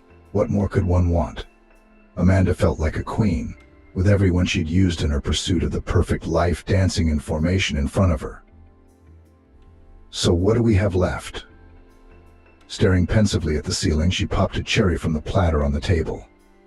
A car and an official marriage, she said to herself, spitting out the pit of the fruit.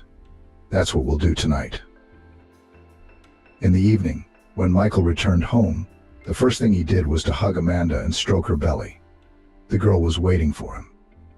She fed her lover a delicious dinner, poured him wine, and gave him a massage. When Michael relaxed, Amanda went on the attack. "Michael, I really want the baby to be born in a legal marriage. I grew up in a full family myself, and I think fatherlessness is unacceptable." "I agree too," the man nodded. "I wanted to discuss this issue too." Amanda stood waiting, like a hound waiting for the command to hunt down a bird for its master. Instead of answering, Michael reached into the pocket of his briefcase, pulled out a box, and placed it in Amanda's hands. "I wanted to make it pretty, but since we're talking, why not?" Michael pulled his lover to him, kissing her forehead. "I agree." Amanda threw her arms around Michael, admiring the size of the stone in the ring. They decided to get married in 3 months. By the time of the wedding, Amanda had already planned to get rid of her ex-husband. After the ceremony and banquet, a week would pass and she would induce a miscarriage. The trap should slam shut in time and securely. "I'll have to put on a few kilos for the good life," the girl smirked, mentally continuing to listen to Michael's musings about the wedding. Surprisingly, he was hardly interested in Amanda's personal life. Before she'd met him, she didn't even remember whether she'd told him about the divorce proceedings or not. Apparently, nonsense like an ex-husband was so insignificant to Michael that he preferred not to spend any time or attention on it. Amanda realized it was time to push harder. "Michael, when my belly grows big, it will be hard for me to go to the hospital and to do things." She put her head on her lover's chest. "Maybe you'll think about a car. And so I would take a couple of lessons with an instructor to refresh my knowledge in my head. What do you say?"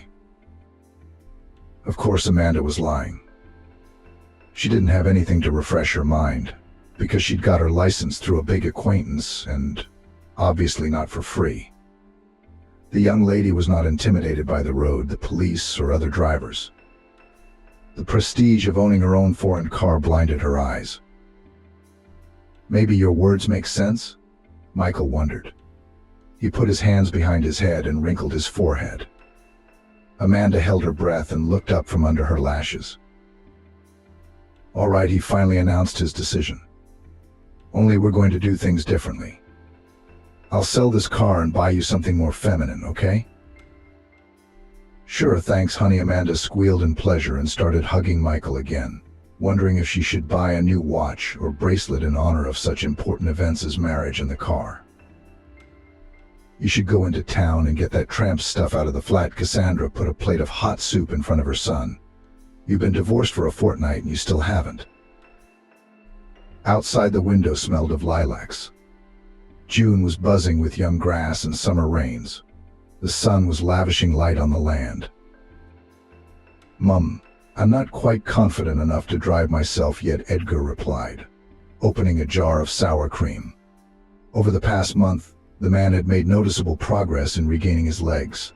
He could get up and sit down with support, could walk slowly around the house with crutches, walked along the wall without support, and tried to keep his back straight. "Could you ask Elizabeth? She goes into town every Monday anyway, if she could help you," the woman advised, sitting down across from him at the table. "I don't feel comfortable.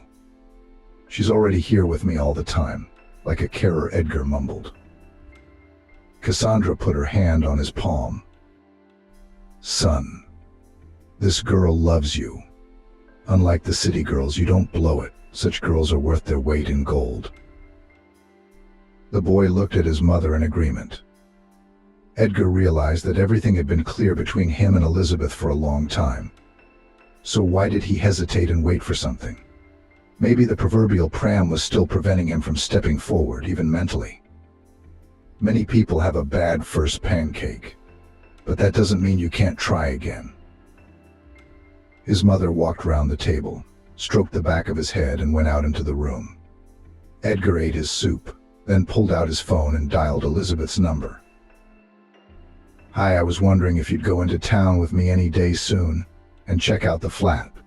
The guy spoke, nervously twirling his spoon. For some reason, every interaction with Elizabeth gave him a pleasant shiver. Edgar was shy, lost, everything fell out of his hands, words were confused. He couldn't remember anything like this with any of his girlfriends. Did it mean what his mother was implying? Edgar didn't know. But each time Edgar waited for Elizabeth to come home from school more and more, and the joy of seeing her was brighter and brighter. "Sure, let's go," the girl agreed. "Are you sure you can manage without the pram?" "I have to," Edgar assured her.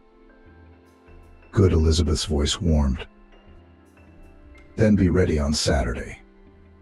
"I'm looking forward to it." Edgar pressed the button too soon, and he wanted to add kisses. But again, that childish embarrassment ruined it. How surprised he'd be to find Elizabeth feeling the same way, standing in the middle of the institute with a phone in her hand. "I skipped the lab so I could come with you," Elizabeth blurted out when they were already on the train. Edgar looked at her in surprise. He had decided for the first time not to take the wheelchair with him and to use only crutches.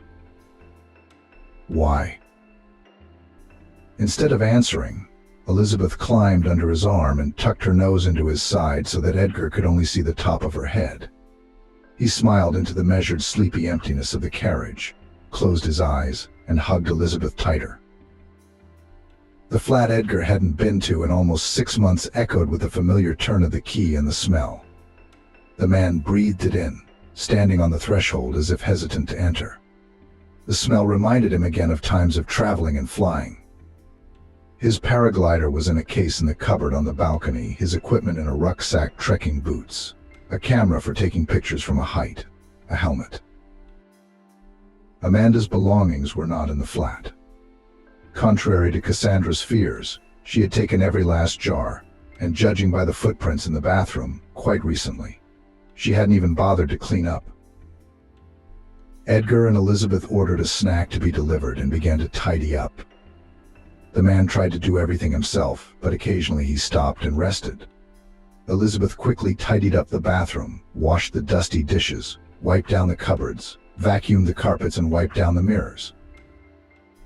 "You're doing a great job," she praised Edgar as they sat down in the evening on the sofa in the living room with sandwiches and cups of tea. "The doctor was right. You're getting better." "I'm too well motivated," Edgar joked, glancing at Elizabeth. She was embarrassed and dropped the sausage in her lap. "I'm very grateful for everything you do for me." Edgar took a piece from his sandwich and transferred it to the girl's sandwich. "But I am very much attracted to the sky. I want to fly again and do what I love to do. I just don't know how." Edgar frowned. "Aren't you afraid of hurting your back again?" Elizabeth wrinkled her forehead too. She knew what had happened to Edgar's partner and their plane. "Honestly, I'd go through it all again."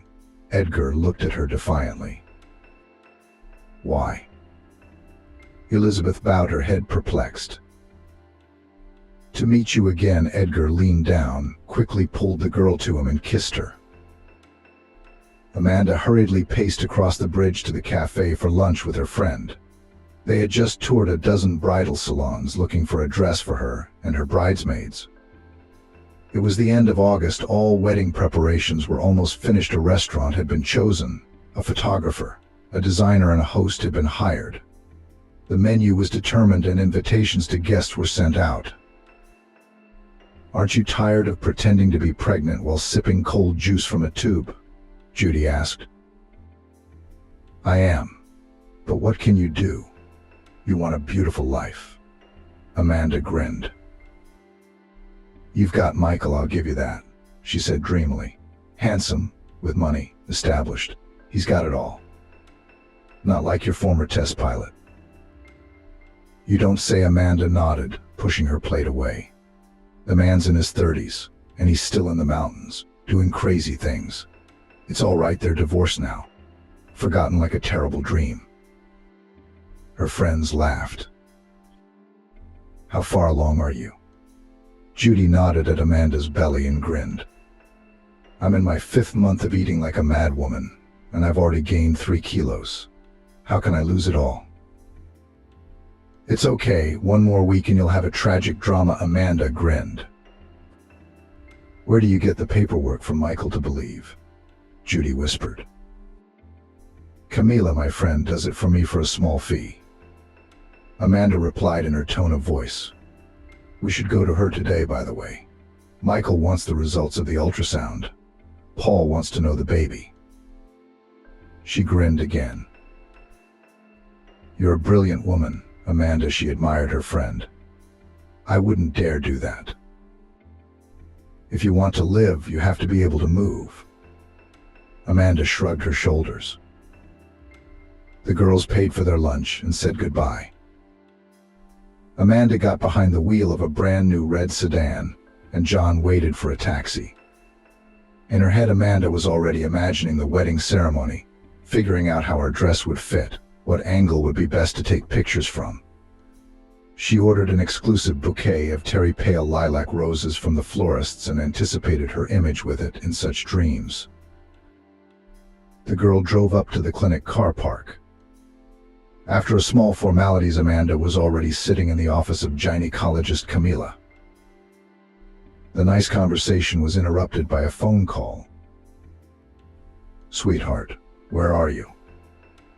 Michael answered the phone to greet her. "I'm at my doctor's office. When I get off, I'll pick up the results and go straight home." "Oh great, I thought I'd make risotto. I asked if you could have it, because there's wine in the recipe," Michael asked worriedly. "Okay, I'll be sure to ask." Amanda jabbed her finger at the screen without looking and slipped her smartphone into her purse. "He's worried about my pregnancy." She wrinkled her nose and made an inverted comma in the air. Amanda drove home in high spirits. She picked up the wedding glasses from the salon, packed them carefully in a box, and was pulling into the car park of Michael's house by 7 p.m. "That's odd. I thought he wanted to make risotto." Amanda turned up her nose, kicking off her shoes in the hallway. The house smelled ordinary instead of Italian. And it was too quiet. No sound of rattling pots, no clatter of knives from the kitchen. The girl went into the hall and saw Michael sitting in the armchair. "Did you decide to order food from the restaurant?" Amanda tried to joke. Michael looked at her glumly. "Give me the car keys." "Why?" Amanda raised an eyebrow in bewilderment. Michael sucked in air through his nose, exhaled. "You're going to give me the car keys, then you're going to go to the first floor. Gather all your things, call a taxi, and get the hell out of my life." His voice rumbled so loudly that it echoed in every corner of the house. Amanda squirmed cowardly, her eyes watering. She tried to open her mouth. "Michael, what's wrong?" The man stood up and roughly snatched the keys from her, his hands shaking. "And tell your doctor I'll make sure she's not allowed to practice medicine. Or better yet, sue her," Michael said coldly, looking her in the eye.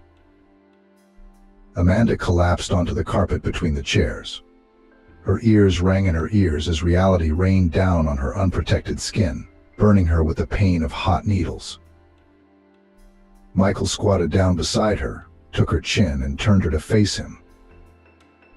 "Were you trying to get a warm place for yourself at my expense? I had the wrong time and made the wrong call."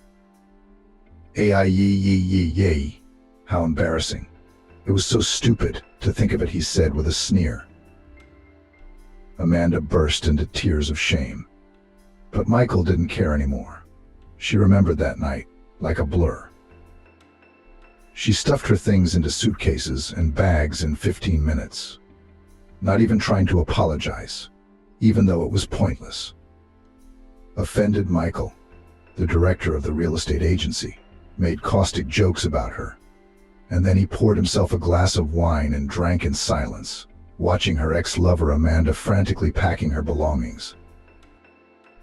Before he left, he took away all her expensive gifts, watches, jewelry, branded items. Amanda walked out of the gate with exactly the same set of things she'd come here with a few months ago. "So are you ready?" Elizabeth stood in front of Edgar and held his hands tightly. "Ready, my captain," the man mockingly put a hand to his helmeted head. The paraglider takeoff pad spread out before them, and beyond it thundered mountains of unbelievable beauty in the autumn landscape. The slopes were drenched in all the colors of the sun's palette, from ochre to purple. The bushes of wild buckthorn shone with beads of miniature berries. Black thorns did not argue with them with their purple cherry leaves.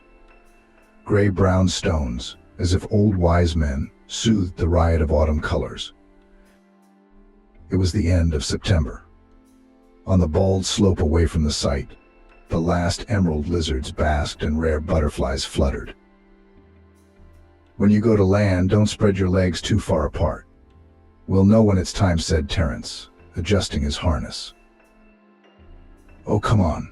What's the holdup?" Thomas, the instructor who had once trained John, peered out from behind the passenger cradle. He won't be flying himself until next season at the earliest. I'm in charge for now. All right, stay out of this. Terrence held his palms up and moved away from the runway with Elizabeth. Let's go down the incline and I'll pick you up, Thomas commanded John. Let's go. John gripped the safety harness tighter and sped forward. Elizabeth gasped when the wind caught the glider and it began to rise upwards, swaying weakly. Terrence put his palm to his forehead, shielding his eyes from the sun, and shouted approval. All right, let's go, Elizabeth agreed. Good. I'm worried about him anyway. She rubbed her fingers together nervously. Come on, Terrence patted her on the shoulder. Thomas is the best of the best. He'll bring your husband back to Earth safe and sound. Elizabeth just looked up at the bright dome of the paraglider, which had already risen even higher. Let's go to the lower ground. They'll land there, Terrence nodded to the gangway. When will you fly? She asked. I'll wait until Edgar is fully recovered, Elizabeth replied. He's the only one I trust. And it's so nice and amazing and beautiful here. She spread her arms and breathed in the still warm, clean air, but with a hint of autumn chill. Terrence laughed. You haven't been rafting with us or riding quad bikes in the mud. There you can feel all the charms of wild tourism. I think that everything is still ahead of us. Elizabeth smiled back. Of course, we will definitely take you with us if you want. First we'll get to work, and then we'll send one on tour with people, laughed the cheerful Terrence again. No. I'm only going with my husband. Elizabeth shook her head. They walked to the lower ground, where they found a thermos of herbal tea and sandwiches in the tents. A lot had changed in Edgar and Elizabeth's lives over the past summer. They sold their flat in the city and bought a smaller place away from the center. And the remaining money was spent on a second-hand minibus in good condition. Terrence did not have to be persuaded for a long time. He was happy to return to the company and to travel to the mountains again. He only demanded a good insurance policy in case of unforeseen circumstances. Elizabeth took over the information part of the company, dealing with advertising, answering the phone and keeping the documentation. Edgar was not yet able to fly as an instructor. He had not yet fully recovered from his injury. But he was happy to tell tourists about the coolest places to visit, gave a copy of his book with an autograph to the most curious. But the biggest change was in Elizabeth and Edgar's relationship.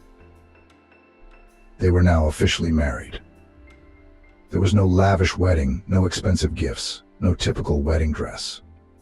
The newlyweds signed, sat with their loved ones, and drove off to the mountains that same evening. By the time of the wedding, Edgar was already walking with a cane and did not need crutches, much less a wheelchair. The doctors applauded him and called it nothing short of a miracle. It's so good to be here again and to have everything back to the way it was. Terrence stretched noisily with a satisfied face. Almost the same old, Elizabeth corrected him. I'm sorry, generously. Terrence made a conciliatory gesture with his hand.